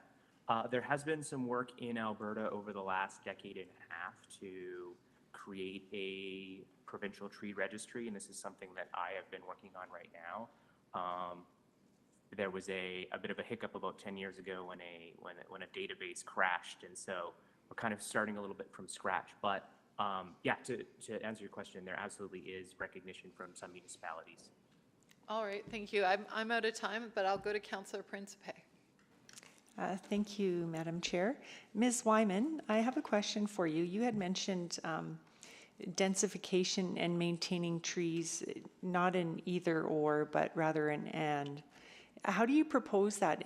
Are you aware of the three scenarios that were presented in the report? Do you see one of those scenarios as that would accommodate that? Well, and I neglected to say I do, the one proposal that I am backing is the first one of a bylaw. And the example that I gave is in mature neighborhoods such as mine in Park Allen, we have large lots. And the original houses here were small, which leaves a lot that could easily have a garden suite on it with enough yard for both the original owner and the garden suite. And that is, I think, an easy densification situation where you would lose, in some cases, no trees, in some cases, very few trees. So that is something in my neighborhood. Another thing that I think Edmonton is full of is walk-up apartments, rows and rows of walk-up apartments that are 3- and 4-story. I don't know, because I'm not a builder, I don't know how difficult it would be to further densify those upward. And that in that case, that is not causing shadow on anyone's backyard or ability to have to grow vegetables and eat food that way. So those exist, as I say, in different parts of the city. So it's not just one area, but I don't know what the possibilities are for densifying upward over an existing walk-up. But those are two things that I think could be possible. Okay, great. Thank you for that answer. And then Mr. Tolsma, kind of the same question to you. Do you see how we can continue densification and maintaining the trees? Well, again, I'll go back to similar to what I said before. I think that as a developer, we do try to keep every tree possible. You know, I wish I would have put a slideshow together here. I noticed somebody had a screenshot of my website, so I'm flattered about that. I mean, we do try to keep every tree possible that we can. Bonnie Doon, we kept 2 elm trees in front of 2 new skinny homes. We did the pruning. We brought an arborist at our own expense, trimmed them up, and these are pre-sold homes. Queen Alexandra, I think Marlena was talking about Queen Alexandra. We did a project on 106th Street, kept a big elm tree in the backyard, brought an arborist again at our own expense. We can continue to fight for these trees on the private side and the public side. Again, the public side, as you guys are all aware, we now have a tree bylaw in place that we have to protect the city-owned trees. From my own perspective, I will fully oppose a bylaw on the private side, but I will stand tall and fight for every private tree that we come across in our path. And yeah, I do appreciate that, you know, and from what you've said, but just as an industry as a whole, do you see an option for that? Well, if densification is the way to go, which is the city plan, then you are going to lose more trees. So we need to keep planting more trees. And I don't know if that directly answers your question, Councilor. Yeah, it kind of does. Yeah, thank you. You know, we talk about that missing middle, and we talk about affordable housing. You know, it's to create a fourplex to fill up an entire lot that say had 8 mature trees on it. Sometimes that's the price that is paid by that private owner, not necessarily the developer. But we make sure that we plant maybe twice as many as trees as we took out. And I think Dustin put it well. I mean, the trees that get older just like we do, and some die, need to be replaced. Others don't need to be replaced yet, but they get replaced. But I do think that we can counteract, Councilor Principe, we can counteract the trees that do come down with the replanting, as long as people are educated to what that bylaw stipulates and what needs to be done. Okay, that's great. Thank you. And Mr. Badger, thank you for the information. That was enlightening. So thank you to all the speakers. Thank you. I don't see additional questions here on the board for our speakers, so I'll thank each of you for coming today, for sharing your perspectives on this issue. I'll now ask you to step back, and administration is going to come forward so that committee members can ask questions of administration. And you're welcome to stay or carry on with your day. Thank you.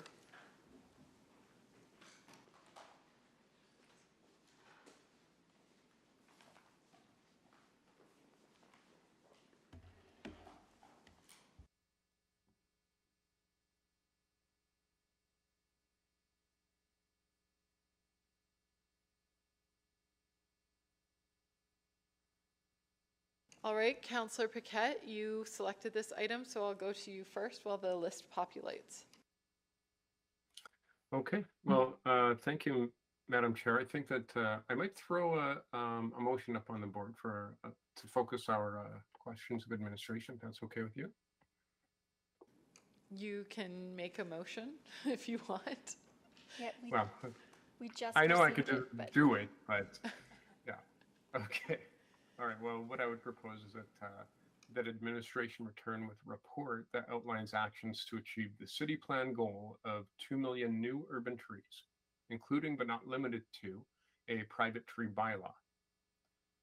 And just to quickly introduce it, it sounds like there's a lot of unanswered questions, and we don't actually know quite yet where bylaw would also fit in with our already stated and unfolding goal that's sitting with operations for 2 million new urban trees. So I think that we've got to find a way to thread this needle in a way that makes sense. And so while I know some people would say don't even contemplate a bylaw, and some people would say you absolutely need a bylaw, I think that maybe what would work is to definitely have a little bit more time for consideration on this so that we can find a way through that actually achieves a balance of all our city goals here as far as infill and of developing a really robust and wonderful tree canopy. So that would be my introduction. And I actually don't have any questions at this moment. So I see that yourself and Councillor Salvador are ready. So. Yeah, so I'm just trying to make intense eye contact with the clerks to make sure that motion's in order and they're not frowning or crying. So yeah, I'm actually getting a smiling and a nod, Councillor Paquette. So that means it's in order. So I'll go next to Councillor Salvador, who can ask questions on both the motion and on the subject matter in general. Sure, thank you so much. And I would, just hope to get the wording up on the screen because I'll ask some questions about that in a second, but first I'll ask more general questions. So the jurisdictional scan, I found that helpful. However, I did find that it was kind of lacking sort of clear empirical evidence to the effectiveness of a private tree bylaw. As I already mentioned, absolutely, the goal here is to retain and protect mature trees wherever possible. And I'm just trying to determine in jurisdictions where private tree bylaws have been put in place, is there clear evidence that those are effective in achieving that outcome? Again, I come back to, are developers or property owners just going to see this as the cost of doing business? That's my concern. With that jurisdictional scan, we did a desktop review and also had conversations with those jurisdictions and tried to get out as much information, statistics, numbers, cost, the effectiveness, and it was quite hard to get that. And my understanding with some of the jurisdictions, they were kind of pausing the implementation or the enforcement of their tree bylaws because it was adding time to, well, they actually didn't have enough resources to fully implement the bylaw, and it was adding time to the development permit process. So we found it a bit, it was hard to get the information that we needed from them. Okay. Yeah, that's still just a bit of a missing piece for me. Also wanted to ask about our current fine and enforcement structure for compliance for landscaping requirements. Could you just talk to me a little bit about what that looks like, and do we have adequate resources to enforce our current requirements? I think Lila will answer that question. Thank you. Generally speaking, we do have systems in place to do compliance. I would say we don't have adequate resources to fully ensure that all landscaping requirements are in place. We prioritize based on the scale of development. And so this means larger developments, we do have appropriate resources in place, whereas on the smaller ones, we do not. Typical fines would range from anywhere from $250 upwards to a maximum of about $10,000 if we were to get to that point. Councillor Salvador, I'd just add that the regulations in the zoning bylaw are from 2016. So from a compliance perspective, it would be development since then. Okay. Okay, thank you for those answers. Yeah, I'm also wondering, today's conversation obviously has been very focused on infill. I'm also aware that in greenfield settings and contexts, there's often sort of widespread cutting down of large stands of trees. How does this work translate to that context? Like very different scenarios in my mind. So from a greenfield perspective, at the neighborhood structure plan stage, we do the analysis around the ecological work and whether or not a tree stand would be retained or not. As it relates to the subsequent development of subdivision and single detached homes, there would be clearing of land to ready the land for residential development, and that's required for things like grading and servicing and putting in the roads, etc. Okay. And that occurs on what would be considered private property at the time that that work is being done. Right. Okay. So that sort of level of oversight is at the area structure plan stage. Is that right? It starts there, yes, and then more so through the neighborhood structure plan in terms of which tree stands we would retain or not. Okay. Okay. Then just a few, well, maybe one question about what a potential bylaw could and could not look like. How specific could we get with a bylaw? I'm thinking about, a single lot could have mature trees in the center of the site versus on the perimeter of the site, where it's much more feasible to retain trees at the perimeter. Could you have a bylaw that essentially has escalating permit fees as you get closer to the perimeter? How detailed can we get here? Councillor Salvador, anything's possible. It's just a matter of the resources to implement something like that and then to be able to enforce something like that, especially at the same time as the tension of wanting to be able to accelerate permits, especially in the infill context. So if that was the will of committee and council, it's something we could explore. Great, thank you. I think I'm next. I really appreciated Councillor Salvador's questions because it seems to be a question. There's so many dimensions to this conversation. There's the heritage, the historic, uncommon, and unique tree piece, where we could talk about essentially trees or plant life as a heritage resource, which isn't entirely unknown in the city. I think of the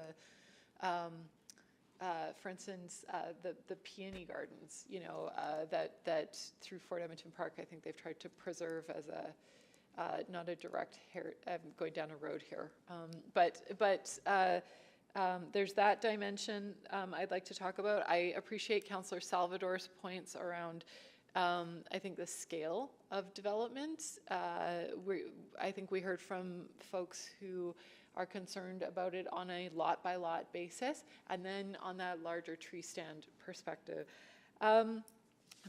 But what I see sort of winding up here is what, in the motion that Councillor Paquette has now put on the floor, that we have an end goal in sight, which is that we need to plant 2 million trees. But we haven't yet identified, and I think this is part of your conversation tomorrow, Ms. McCabe, we haven't yet identified how we're going to get there. So there's not, this may be putting this may not actually get us to that outcome. That's correct, Councillor Hamilton. Right now, I know in integrated infrastructure services and operations and in urban planning and economy, we're working on a roadmap of all of the actions to get us to those new 2 million trees in our urban setting, but we don't have all the details yet about how we would get there. So this bylaw could be a part of that, but not able to say yes or no today. And there may be a better path that reveals itself in that process, correct? There might be. Yeah. All right. And so I would kind of reserve that conversation even around the heritage trees piece into that larger discussion, because I'm sentimental about the heritage trees piece as well. But we want to. I'm also conscientious that you're privileging one type of tree in one type of neighborhood, and there are trees in other neighborhoods that may never have the chance to become a heritage tree. Is that correct? That's correct. There could be some complexity with privilege of trees there. Yeah. What is the timeline for that 2 million tree conversation, or that outcome? Of returning to council? Yeah. I think it's contingent right now on our government grant we're searching for. So we put in for a grant for 2 billion trees. Yeah. And that has a serious impact on the planned path. We should know this month on what that looks like, and then we're able to kind of describe what that path will look like to council. So to say it's going to be, next month, it really depends on that grant. Okay. One thing I'm conscientious of in this motion is that we're asking for a report to committee. That's going to come anyway. Inside, outside timelines, listening to what Mr. Robar is saying with respect to that grant funding, what's the longest we might wait to get sort of a comprehensive strategy back? Q1 2023. Okay, all right. So the latest this could come back is Q1 2023. What's the inside timeline on that? It depends on getting on a council agenda, and we've got budget process through Q4. I just saw I just heard that in my own question, because Q4 is pretty much all budget. It's booked this year. Yes. Yeah, it's pretty solid. I'm just wondering if we put a timeline on this and you can somehow bring it earlier, if that might restrict your ability to come back to us faster if you want to. We will do our best to get it to you as soon as possible as an agenda allows. Okay, all right. I'm going to leave it. Oh, actually, no. I'm going to come back to the tree quality question with my okay. Our landscaping requirements tend to be fairly broad, and it's been a bit of an annoyance in some neighborhoods that you have low quality plantings happening. So given what was said about that carbon capture, are you looking also at quality as part of that discussion? So currently what happens in the bylaw right now, it just gives the type of caliper and height of deciduous and coniferous trees. And we have a landscaping team that reviews landscape plans for commercial, industrial, and apartment type developments, and they will work with the applicant to have the proper type of tree for Edmonton's climate. So that's the current process, and we're looking for improvements as part of zoning bylaw renewal. We're reviewing all the landscaping regulations. Perfect. And I should stop using quality. What I mean is suitability, but anyway, I digress. Do you want me to just add to that? Sure. We definitely look at the type of trees that we put into different areas. So depending on, like on a boulevard, you'd have a specific tree that can last the test of time on a boulevard that you would never put in other places, and having smaller sapling type trees in the boulevard that could get destroyed in a year. So we definitely look at the locations we put them in and how the longevity of that tree and the life of the tree to make sure it lasts the test of time. Thank you. So I think that's questions from members of committee. Councillor Jans, you're Thank next. you. Am I able to speak to the motion right now, or just questions? I might.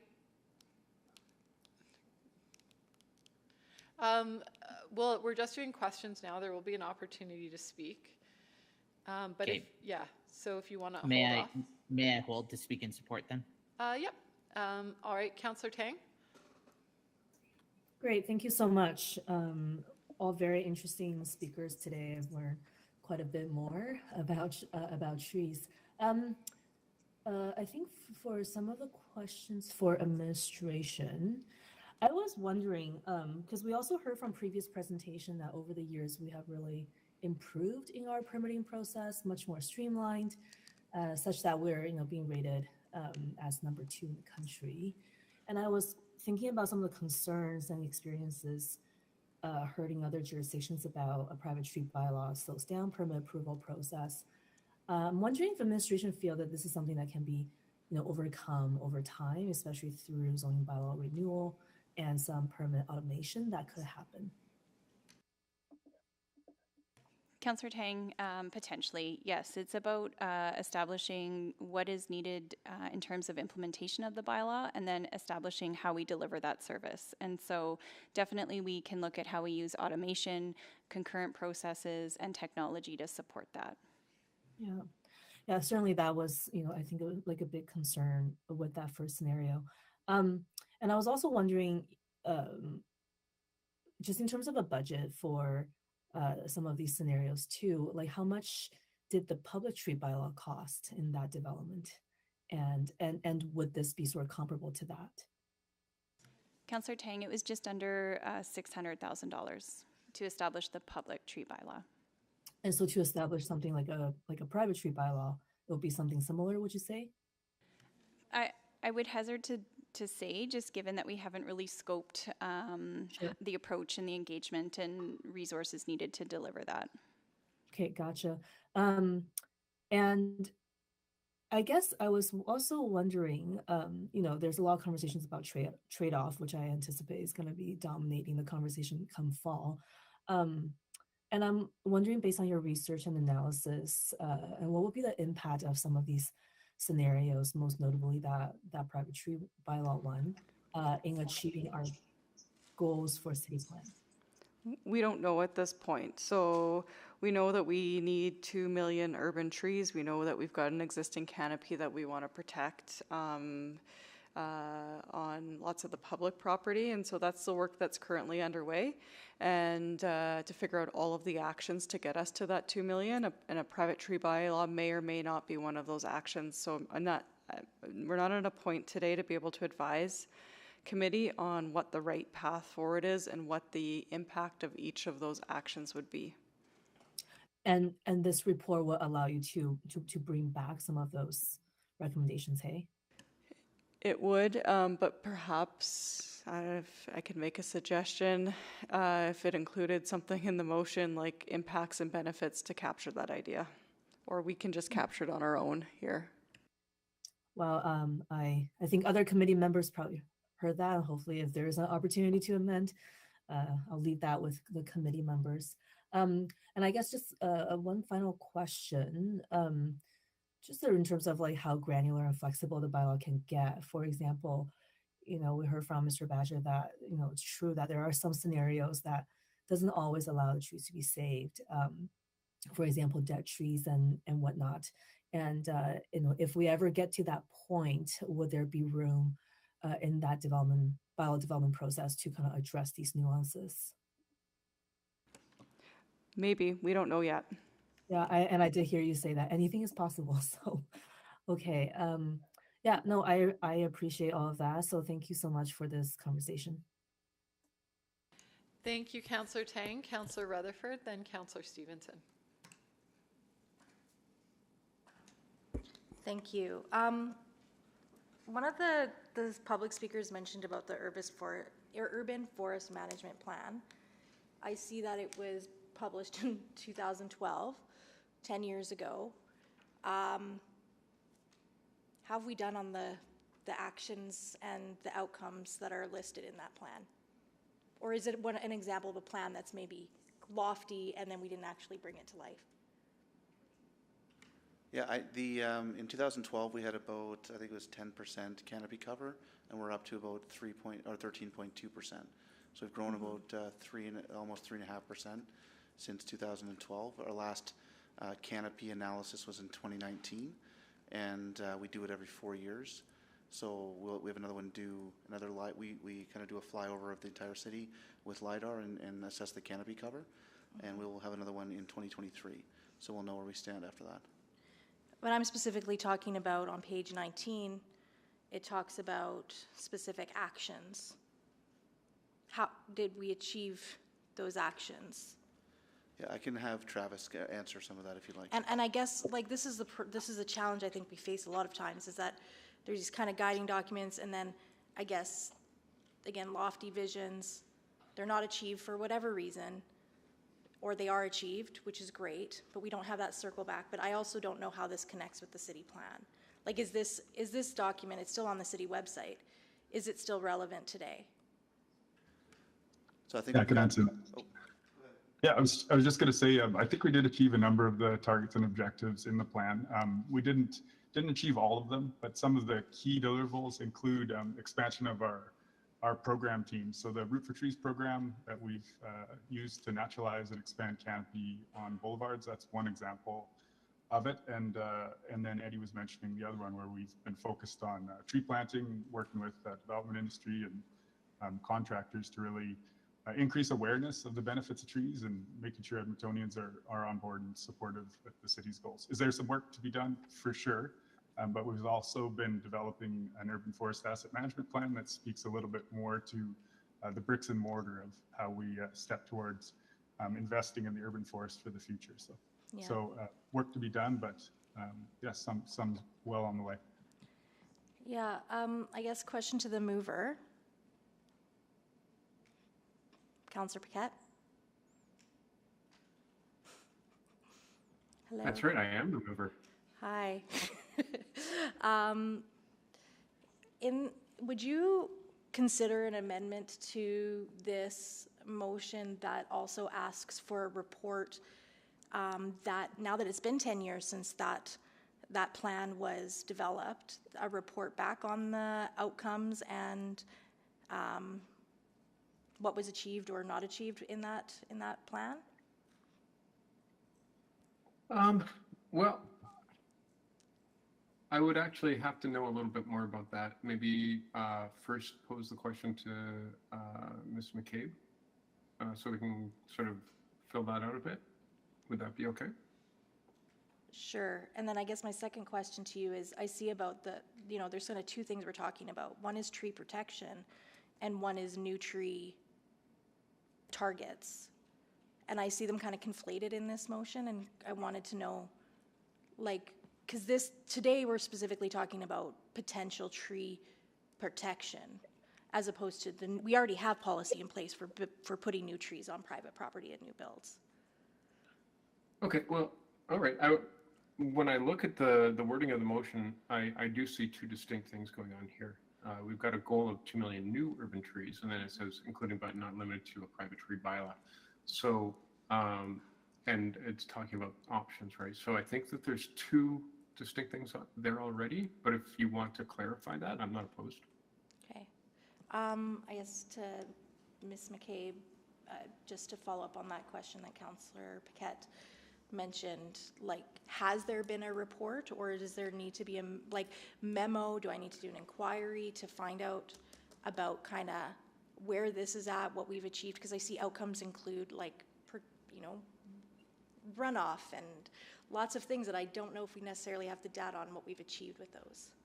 We could do that work, and if you'd like it via inquiry or a memo, we could just action that out of today's meeting if you'd like. That would be fantastic. That would be fantastic. Okay, I'm out of time. Thank you.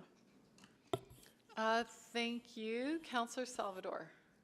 Yeah, thank you.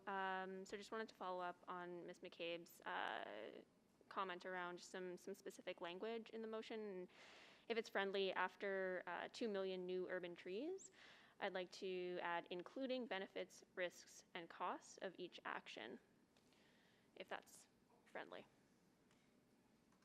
The mover has said it's friendly. Yeah, it seems committee sees that as friendly. Okay, fantastic. Then just to speak to it. So I don't know if Councillor Tang has. Councillor Tang, do you have questions? Yeah, just one question. Okay. So yeah, I'm still kind of dwelling on, we just implemented the public one not too long ago, and I'm just curious, what were some of the challenges with that was experienced with the implementation of that bylaw, and do you foresee any similar challenges for something like a private tree bylaw? One of the main challenges with that was the, for lack of a better word, red tape associated with implementing it. We heard a lot because it was a brand new bylaw, and how it was a separate process from our development permit process, and it added time for developers. And we've gotten better at that and streamlined it. But when you bring something new in like that, it does create some bumps along the way. And I would anticipate it'd be the same type of thing. And if we were to bring in a private tree bylaw, there'd be an education phase. There'd be a phase where we would actually, just have to develop the forms associated with it, figure out how we can automate it as much as possible.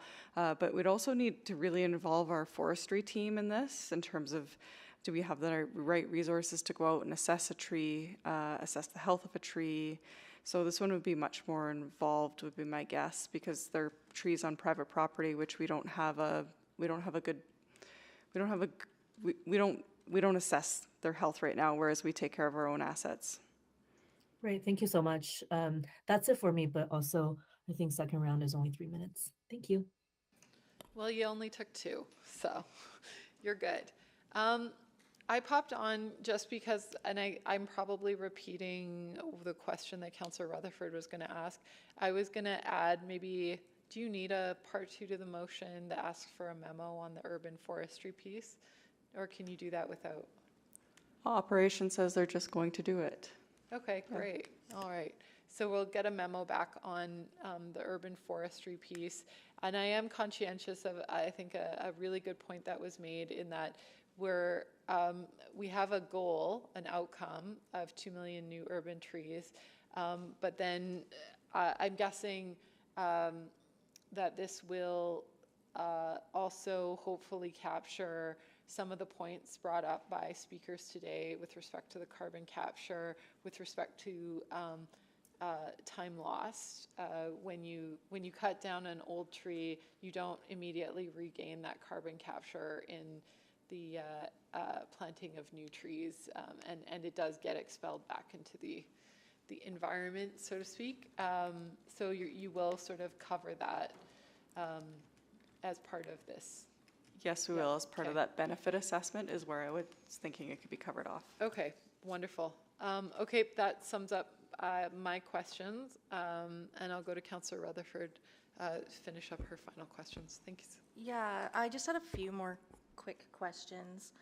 A lot of these things are still long-term. I know the capacity in the area, and I'm going to ask a question that I don't know if it's a can of worms I may or may not be opening.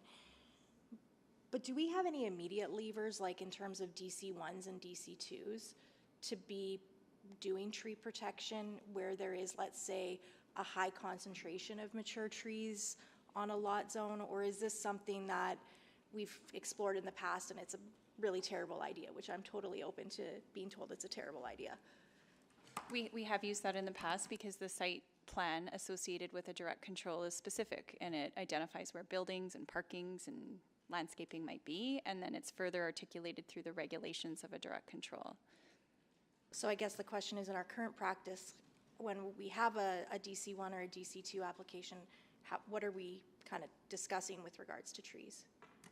It's application specific, I would say. It kind of depends on what the proposal is and what opportunities or issues we're trying to mitigate or enable. And so sometimes when you have a direct control, it's because of a more intensive type of development in an infill situation. So the concerns are more focused around setbacks and stepbacks to a building, not maybe as much around landscaping. I'm just sort of trying to think of a scenario where maybe we did have a landscaping type of an example, but I can't think of one. That's okay. And then I did read in the report that we were saying that sort of the tree protection or private property tree protection is not, because there is potential levers within the zoning bylaw, but it's out of scope of zoning bylaw renewal.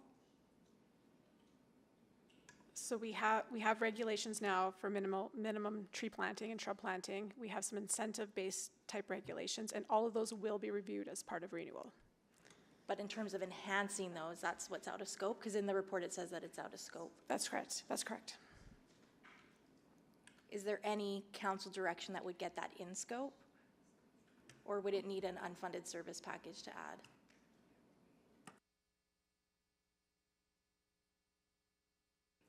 It depends on what's being proposed, I guess, with the enhancement. We are drafting the bylaw now, and the draft will be done end of July, early August for engagement in September. Okay, so like let's say hypothetically, if on a standard zone, we wanted to look at if there's X number of mature trees, you know, the goal would be to save. To design or to build in a way that saves X number? Like, is that a thing that can happen through the zoning bylaw, or would that be better served by the bylaw that's on the table, the private tree bylaw? That would be better looked at through this motion and whether council wants to go down the path of a private tree bylaw or not. Okay, appreciate that. That was all my questions. Thanks. Wrong one. Thank you. I think that's it for questions. Some folks wanted to speak to it. Councillor Paquette, you're on to close. Councillor Jans wanted to speak to it. Councillor Salvador. Okay, I'm going to go to Councillor Salvador to speak to it. Sorry, can I interject just as for clarification? Yeah. I don't think it's clear to us the timeline for this motion. So our traditional timeline is 13 weeks from the date the motion is moved. But we understood from the conversation and the feedback from administration that Q1 2023 would be more appropriate for a deadline. Yeah. And so we're just wondering if we want that to be explicit in the motion. I think I'm going to say Q1 23. Just because I don't believe we even have capacity on this council or this committee through the fall with the aforementioned zoning bylaw renewal, which would precede this kind of work, I think, anyway. So I'll say Q1 23. Is that friendly to the mover? I saw him nodding. Yeah, getting a thumbs up. Great. Yeah, because we have a really busy fall ahead of us. So, okay, now I'll go to Councillor Salvador. Great, thank you.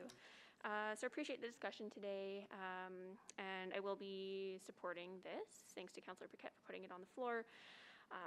And just start by saying infill densification and land use is really one of the most powerful tools or mechanisms that we have as a municipality in order to take action on climate change.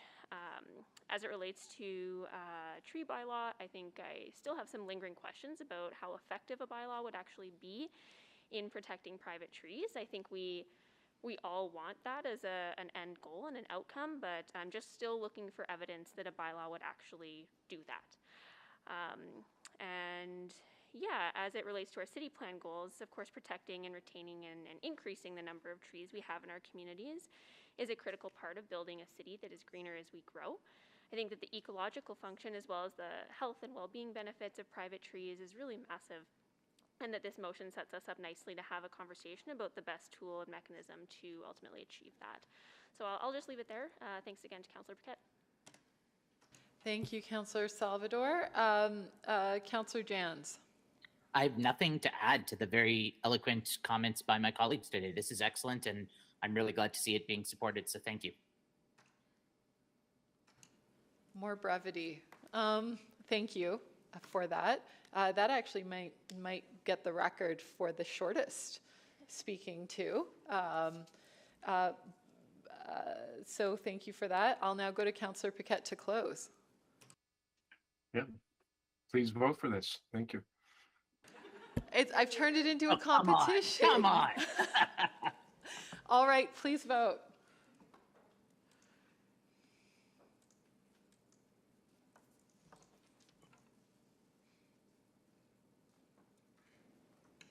We're just awaiting one vote. Councillor Paquette? Hasn't come up for me, I'm a yes. Thank you. We have all the votes. Please display. And that is carried. Thank you once again for everyone who came out to speak to this. And we're going to, I think, have another opportunity to look at it next, we say Q1, but sometime between January and the end of March 2023. All right, that takes us on to item 6.3, sunset clauses in direct control zones. Best practices and policy opportunity information. I selected this, but I did so on behalf of Councillor Stevenson. There is not a presentation available, and I'll go first to Councillor Stevenson, if she's still here, for questions. Thank you. Thanks so much, Madam Chair. Yeah, really appreciate this report. I think, you know, as evidenced in a recent public hearing, this is something that's coming up. So, you know, very interesting that we're sort of a unique entity taking this approach. So I guess there's two sort of lingering questions in my mind. So we are still seeing direct controls coming forward with sunset clauses. So just wondering if we'll be making any changes to that practice based on this review. And then also just wondering too, I think in addition, sorry, I guess I actually have three questions. So maybe I'll start with that. What does this mean for practice moving forward in terms of DCs having those sunset clauses in them? Hi, Councillor. So unless directed otherwise, we'll continue with our practice, which is to include sunset clauses of roughly between 5 and 10 years, depending on the types of application and the applicant, as we move forward with direct controls. Okay, thank you. And for me, I think, you know, the report speaks to limiting speculation and progressing development. I feel like there's another piece, and maybe those are one and the same, but just around the impact on land value. So in my mind, the difficulty of having sort of a lingering direct control that provides a significant amount of development uplift is that the land then gets priced at that level of intensity, even if the market itself can't support it. So just wondering if that was something that you had considered when writing this report in terms of the sunset clauses having the effect of maybe correcting the land market or preventing that sterilization of the land. So it's a pretty complicated question in terms of land markets within Edmonton. Edmonton's pretty unique in how land price is established, especially in the downtown and Oliver area. Most cities base their land values, or the land values are based on sort of the buildable per square footage. And in Edmonton, it's kind of based on almost what was the last rezoned land. So what could you actually get for the land and when you got it and then rezoned it. So in terms of limiting some of that land value conversation, I think that's built into that speculation piece in terms of limiting some of that land speculation that was seen probably either in the early aughts or in the mid 2000s when you saw a lot of DC rezonings on Bellamy Hill, which have never been built. There was quite a run on those back then. And I think since that time, we've revised our fee structure, which in combination of all of the studies and the other consultant fees that are required for a DC, it becomes somewhat of a barrier. So it's not necessarily a free upzoning anymore as it used to be. Okay, yeah, very interesting. I think you're right in terms of sort of the uniqueness in terms of how our land gets priced. And I think that maybe speaks to why we maybe have this unique tool as well. And so I guess just the last one was just, you know, in the review that you did you come across any other tools that help to limit speculation and the progression of development? So I know, for example, you know, we're going to be looking into different tax subclassing for vacant land. Is that something that came up, or were there any other tools and strategies that other cities are using that you think might be valuable here? Thank you, Councillor, for the question. When we were doing the review and looking at the other jurisdictions, Primarily, the best practice was to zone appropriately for the location based on the land uses and adjacent services that were available, rather than looking for the financial end point that you might be speculating on for the development. That tended to regulate itself when you had something like a DC, because you're looking at such a long timeline that the market really demanded either it gets built right away or something needs to be changed, at which point it would be rezoned again in the future. So in terms of other jurisdictions, really there wasn't seen to be a need to do that. They were zoning for what they felt was appropriate at that site, and that continued to be their approach. Yeah, which I mean, is very tricky, right? Because for me, what that says is that we have to show a lot of discipline as council at public hearing in terms of the amount of uplift we're providing. But again, it's really challenging to do that while also not, well, first of all, then we have to be considering market issues, which I believe are not a valid consideration at a public hearing process. So wondering if you could untangle that a little bit more for me, because I'm not sure how we move forward at this point. So, Councillor, I guess on the when we're looking at rezoning sites, we first and foremost look at that compatibility piece. So if the land use is compatible today, it's most likely compatible 5, 7, 10 years from now when a sunset clause would come into place. So I guess as we move forward and council is looking at whether or not it's appropriate, that land use question is still paramount. What that compatibility is next door, what are those trade-offs in terms of the impacts versus those larger city building goals that it is looking to achieve. And as you move forward, that sort of question of is it too much or is it too little, it is a tough question. And I think that's why we see some of these conversations at council and at public hearing when they do come. Thank you. I'm going to go to Councillor Salvador and then Councillor Paquette, and then we'll get to Councillor Rutherford. I'll just need to speak, Madam Chair. Okay. Okay. At that point, you'll need something to speak to. So right. I'll go to Councillor Salvador. Great. Wasn't going to ask a question, but I'm going to take the opportunity. Just two. So what is the process that occurs at the end of a sunset clause? I know it was mentioned that if it's not developed, a major redesign and rezoning is typically required. So that sounds fairly onerous. Is that right? That's correct. Yeah. Okay. And I guess the second question, is there value, and tell me if this is not a legitimate, rationale, but is there value in having a sunset clause not just for timelines, but for policy and land use relevance? Like if it's been a decade, it's possible to conceive that our expectations around density, or density is the example I'll use, have increased, for example. So yeah. Is that a relevant consideration with something like a sunset clause?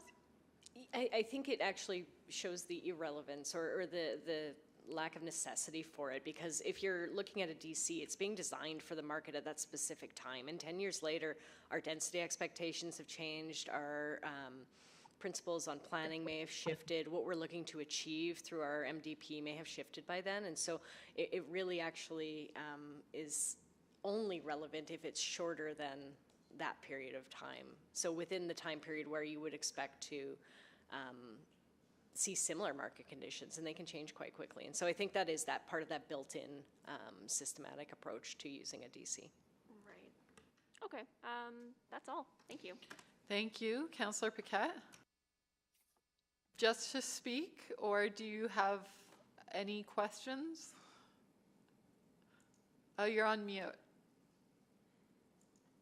No, but I would move receipt of this report. Okay, we have a motion for receipt. No other questions? No. Okay, I'm going to go to Councillor Rutherford. Oh, sorry. Yeah, so Councillor Principe and then Councillor Rutherford. Thank you, Madam Chair. So in the report, I read where it said that developers typically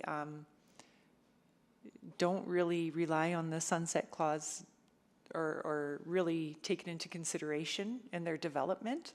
Has that been, the experience that you also see? Yeah, I think with that, again, that's speaking to that point of the kind of built-in mechanisms within the DC, that because the developers are very conscientious of the market forces that are driving their development, and that's why they're tailor-making this specific development zone that is very site-specific, that as that market tends to shift, that is far more impactful for whether or not they're going to be able to bring that product to the market, as opposed to, I don't want to say random date, because there is some thought behind the level of complexity and how long the sunset is, but essentially that's far more important to their business decisions than the sunset clause is. Okay, yeah, and I saw that this was just a report for information, right? That's correct. Yeah, okay, and I also read that the need and effectiveness of a sunset clause is uncertain. But it is still something that we should, a tool in the toolkit, as they say, that we should have? It is a tool if we want to limit the amount of development rights that were approved at that point in time. It would be probably the most appropriate tool for that. But from what we have seen to date, it is not that effective at limiting speculation or spurring development. Through our consultation and just through our observation of the existing DCs with sunset clauses in it. Okay, great. Thank you. That's it for me. Thank you. Thank you. Councillor Rutherford, and then I'll go Councillor Stevenson on the second round. Thank you. And, I find DC1s or direct control zones very interesting because it is, like you said, it's like a freeze in time. And I understand sort of the wholesale removal of the DC1 could be problematic, and I actually wish we were removing that in this as opposed to accepting for information. But could we not consider like pruning the direct control zones? And so an example that comes to mind, and I know you're going to know this because I talk to gentlemen about it all the time, is temporary signs. Right, so we make a direct control zone, and then there's sign clauses in there, and those are set in perpetuity, and they can create a lot. Like, is there any way to start to prune some of those like other direct controls that aren't necessarily the functionality of the build? Do you know what I'm? Yeah. So we're talking about the existing DC1s that are in place today, or DC2s? Yeah, and I know it's like, because it's out of scope of zoning bylaw, so it would be a whole other project. But I think if we're talking about sunset clauses, should there be a sunset clause, rather than a wholesale sunset clause, should there not be a sunset clause on aspects of the direct control? Is what I'm trying to get. Like, is that a way we can go? It's possible to go that way to restrict whichever regulations or rights that are wanted at that time. I guess the only caution is that these direct controls are essentially an agreement between the landholder at the time and council. Yeah. So there's two parties there that is at play, and administration is really not either of those. Administration can lead those. It would be very labor intensive. I think you probably have heard that stat that there's over 1,000 different direct controls out there, and they all are in existence for one reason or another. There could be 1,000 different reasons why they're a DC1. There may be a tree that is being protected by it, or there may be a certain setback, or there may be a certain amenity contribution that's required from it. Or there's a tension right now because we're doing zoning bylaw renewal, and our current general zones maybe don't allow for one little accommodation. Correct, and they're reflective of the time, like they're reflective of the consultation that was brought into that process, the neighborhood feedback and what was their concerns. So it's a very tricky space to go in and reopen these if you are not the owner of that land that has that DC placed on it. Yeah, but if the direct control is coming to council, and we say, okay, there's no sunset clause on the entirety of this, but this clause 211B of the bylaw has a sunset clause on it. Could we not explore things like that, where there's some of those, like I said, externalities that seem to be really holding up and making it really convoluted, where you can put and again, I'm going to go to the sign thing because it's causing me a lot of headache right now. You can put a temporary sign on this side, but you can't put it on this side because there's a DC1, even though they're both DC1s. Like, it just seems really counterintuitive. And it's a really pragmatic example, but I'm sure there's others. And we've talked about it even with lighting, right? Like sign lighting, like with West Edmonton Mall, right? We were talking about that. Yeah, you're right, Councillor Rutherford. You're recognizing the challenges from the longevity of a direct control. And so our zoning bylaw renewal will establish an approach and a plan for what do we do with these 1,000 direct controls, because we're going to have a new zoning bylaw that will have different uses, less uses. And how is that going to translate to these direct controls that that will now be dated? So there's a significant piece of work that to be mindful of, what's important, where do we want to spend our time, and how do we work with landowners to facilitate that? And my question is, in the meantime, we're still getting a lot of direct controls coming forward at public hearing. So I know the work, kind of the retroactive work that will happen after zoning bylaw renewal to look at direct controls that are already in place. But I'm trying to figure out, is there some sort of clause that we could have for the public hearings that are coming before us now in that kind of transitionatory period? Good observation. Councillor Rutherford will look at it with law and see if there's something we can do for, I'm not sure which applications we're working on right now. Even if it's possible, September's applications, October's applications, where are we? Probably September. Yeah, we would have to be with applications in review right now before they're signed off, so most likely September, October. October is probably more likely. Yeah, I just think it's something we need to look at. So that's the tension I'm feeling, and I appreciate that being heard. And I know it's a tricky time. Appreciate all your work, and thank you. Thank you. Councillor Paquette, you're just on from before, right? Well, now unfortunately I do have a couple questions. Okay. All right, go for it. Thanks. So I'm just wondering if we're having the right conversation. I'm thinking of, I can think right off the top of my head, a few different areas that have been, for all intents and purposes, sterile for a very long time. We had the pit for a long time, and these were over 10-year periods. So I understand where people are coming from with the sunset clause, but isn't there a different conversation we should be having here about land that is just sort of sitting there and not being utilized for anything? Correct, Councillor. I think conflating, say, the pit and the quarters, just because it was zone DC1 at the time, and it remained a pit for a couple of years, because it was DC1 is probably not the correct conversation. There was other factors at play there.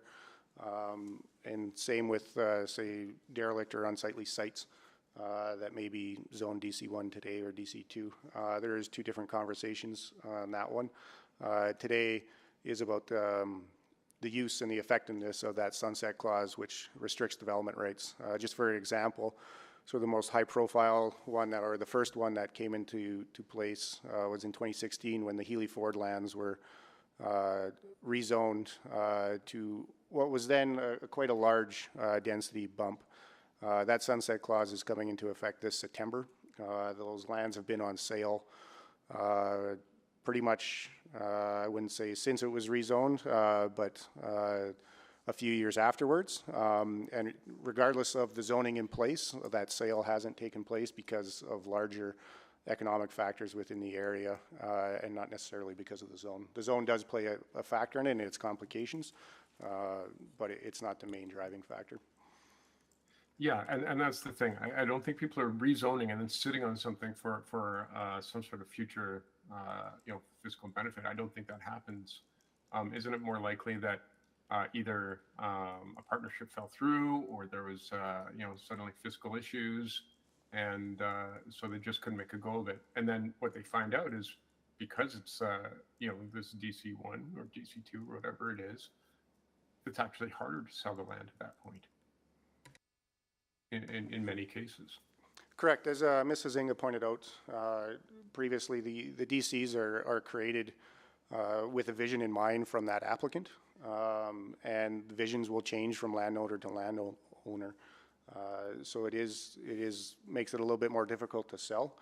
but recognizing the fact that that vision was the time and place of the market, and the market may have changed, which is a larger factor in whether or not a construction or the construction of the development would start or not.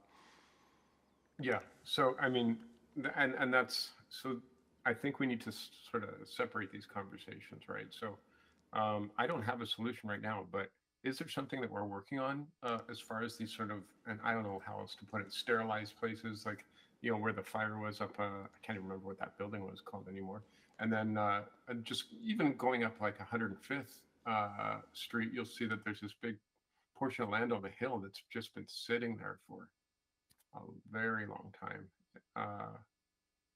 And really, it's the landowners, what they want to do with it. They're paying tax on land that's not really doing anything, but do we have any sort of recourse? I'll let Mr. Pollock take the larger picture issue, but I would say that we are starting to see applications come in where we are seeing a reversion to standard zoning from DCs, where there have been issues in terms of a project falling through.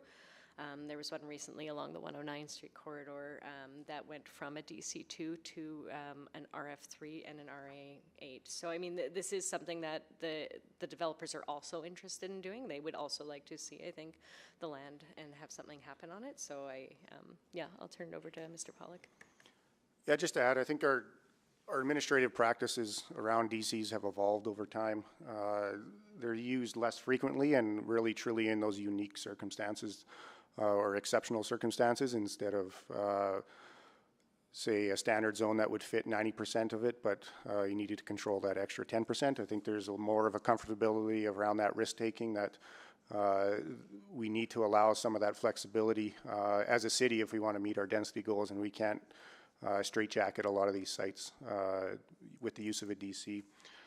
In terms of the sites that are sitting empty and derelict, I don't think there is work right now in terms of getting those sites moving. That is a site-by-site analysis. I think you may be referring to some of the sites that are left in disrepair that have been recently rezoned, which we've been working individually with those applicants or those developers as we go, and maybe Ms. Petrin can add to that. Councillor Riquette, I would just add, we do have our Problem Properties Initiative, which is looking at some of the derelict and vacant properties to see how we can work with communities and see development advance in certain areas. Yeah, okay, I'm way out of time. Thanks. Thank you, Councillor Paquette. Councillor Stevenson.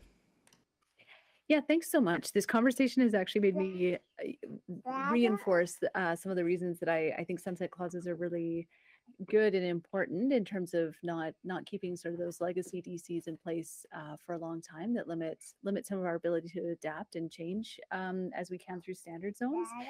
But can you remind me, is the practice typically, I know we were looking at one sunset clause recently that was specifically around heritage listing, and so it remained a DC to include the historic preservation aspects of the DC. But do we typically sunset into a standard zone, or just have a sunset provision that changes some aspects of the DC? Typically, sunset clauses aren't included in standard zones. It's not within the rights to kind of modify those standard zones. Sorry, just to clarify, does it go from a DC into a standard zone at the end of the 10 years, let's say, or do the provisions of the DC just change? The provisions of the DC change. Typically, they'll revert down to existing zoning levels. So, for example, if a DC went from an RA9, modified an RA9 and brought it to, say, 24 stories, it would then revert back to an RA9 in terms of height at the end of that DC clause. Councillor, just to, I think I understand the question that you're getting at, is that can we incorporate in our sunset clauses a reversion back to a standard zone so that we can evolve these sites over time? And the answer is no. That would be an effective rezoning, which would have to come back to council. Okay. Well, that is very interesting. Thank you for that clarification. Yeah, I think it will be really interesting to see what happens in 2026, but appreciate the information and discussion about this tool and its ongoing use. Thanks so much. Thank you. And I don't see any other questions on the board. We do have a motion to receive for information. Does anyone wish to speak to this Not seeing any. I'll call the vote. Oh, I do have a close. Okay, Councillor Paquette. Okay, call back the vote. Councillor Paquette to close. Sorry, I was listening to the specificity of your question rather than the intent of your question. Okay, so thank you for this report. It was a very interesting to read. That may say more about me than the report, but yeah, I find zoning to be very tricky business, especially considering the history of zoning and how it was intended right from the start to be exclusionary. And here we are today, not knowing what to do with it because we can't throw it out, nor would we particularly want to. But DCs I've always found to be very interesting indeed, because it's always a clear indication that there's more work to be done. So, you know, again, this report is fantastic, but I really want to take this time to highlight the excellent work once again that administration is doing in terms of zoning, and future councils and developers and residents will never know the headaches that they were spared because of the work that you're engaging in now. So thank you so much for that. I'm looking forward to more. Thank you. Please vote.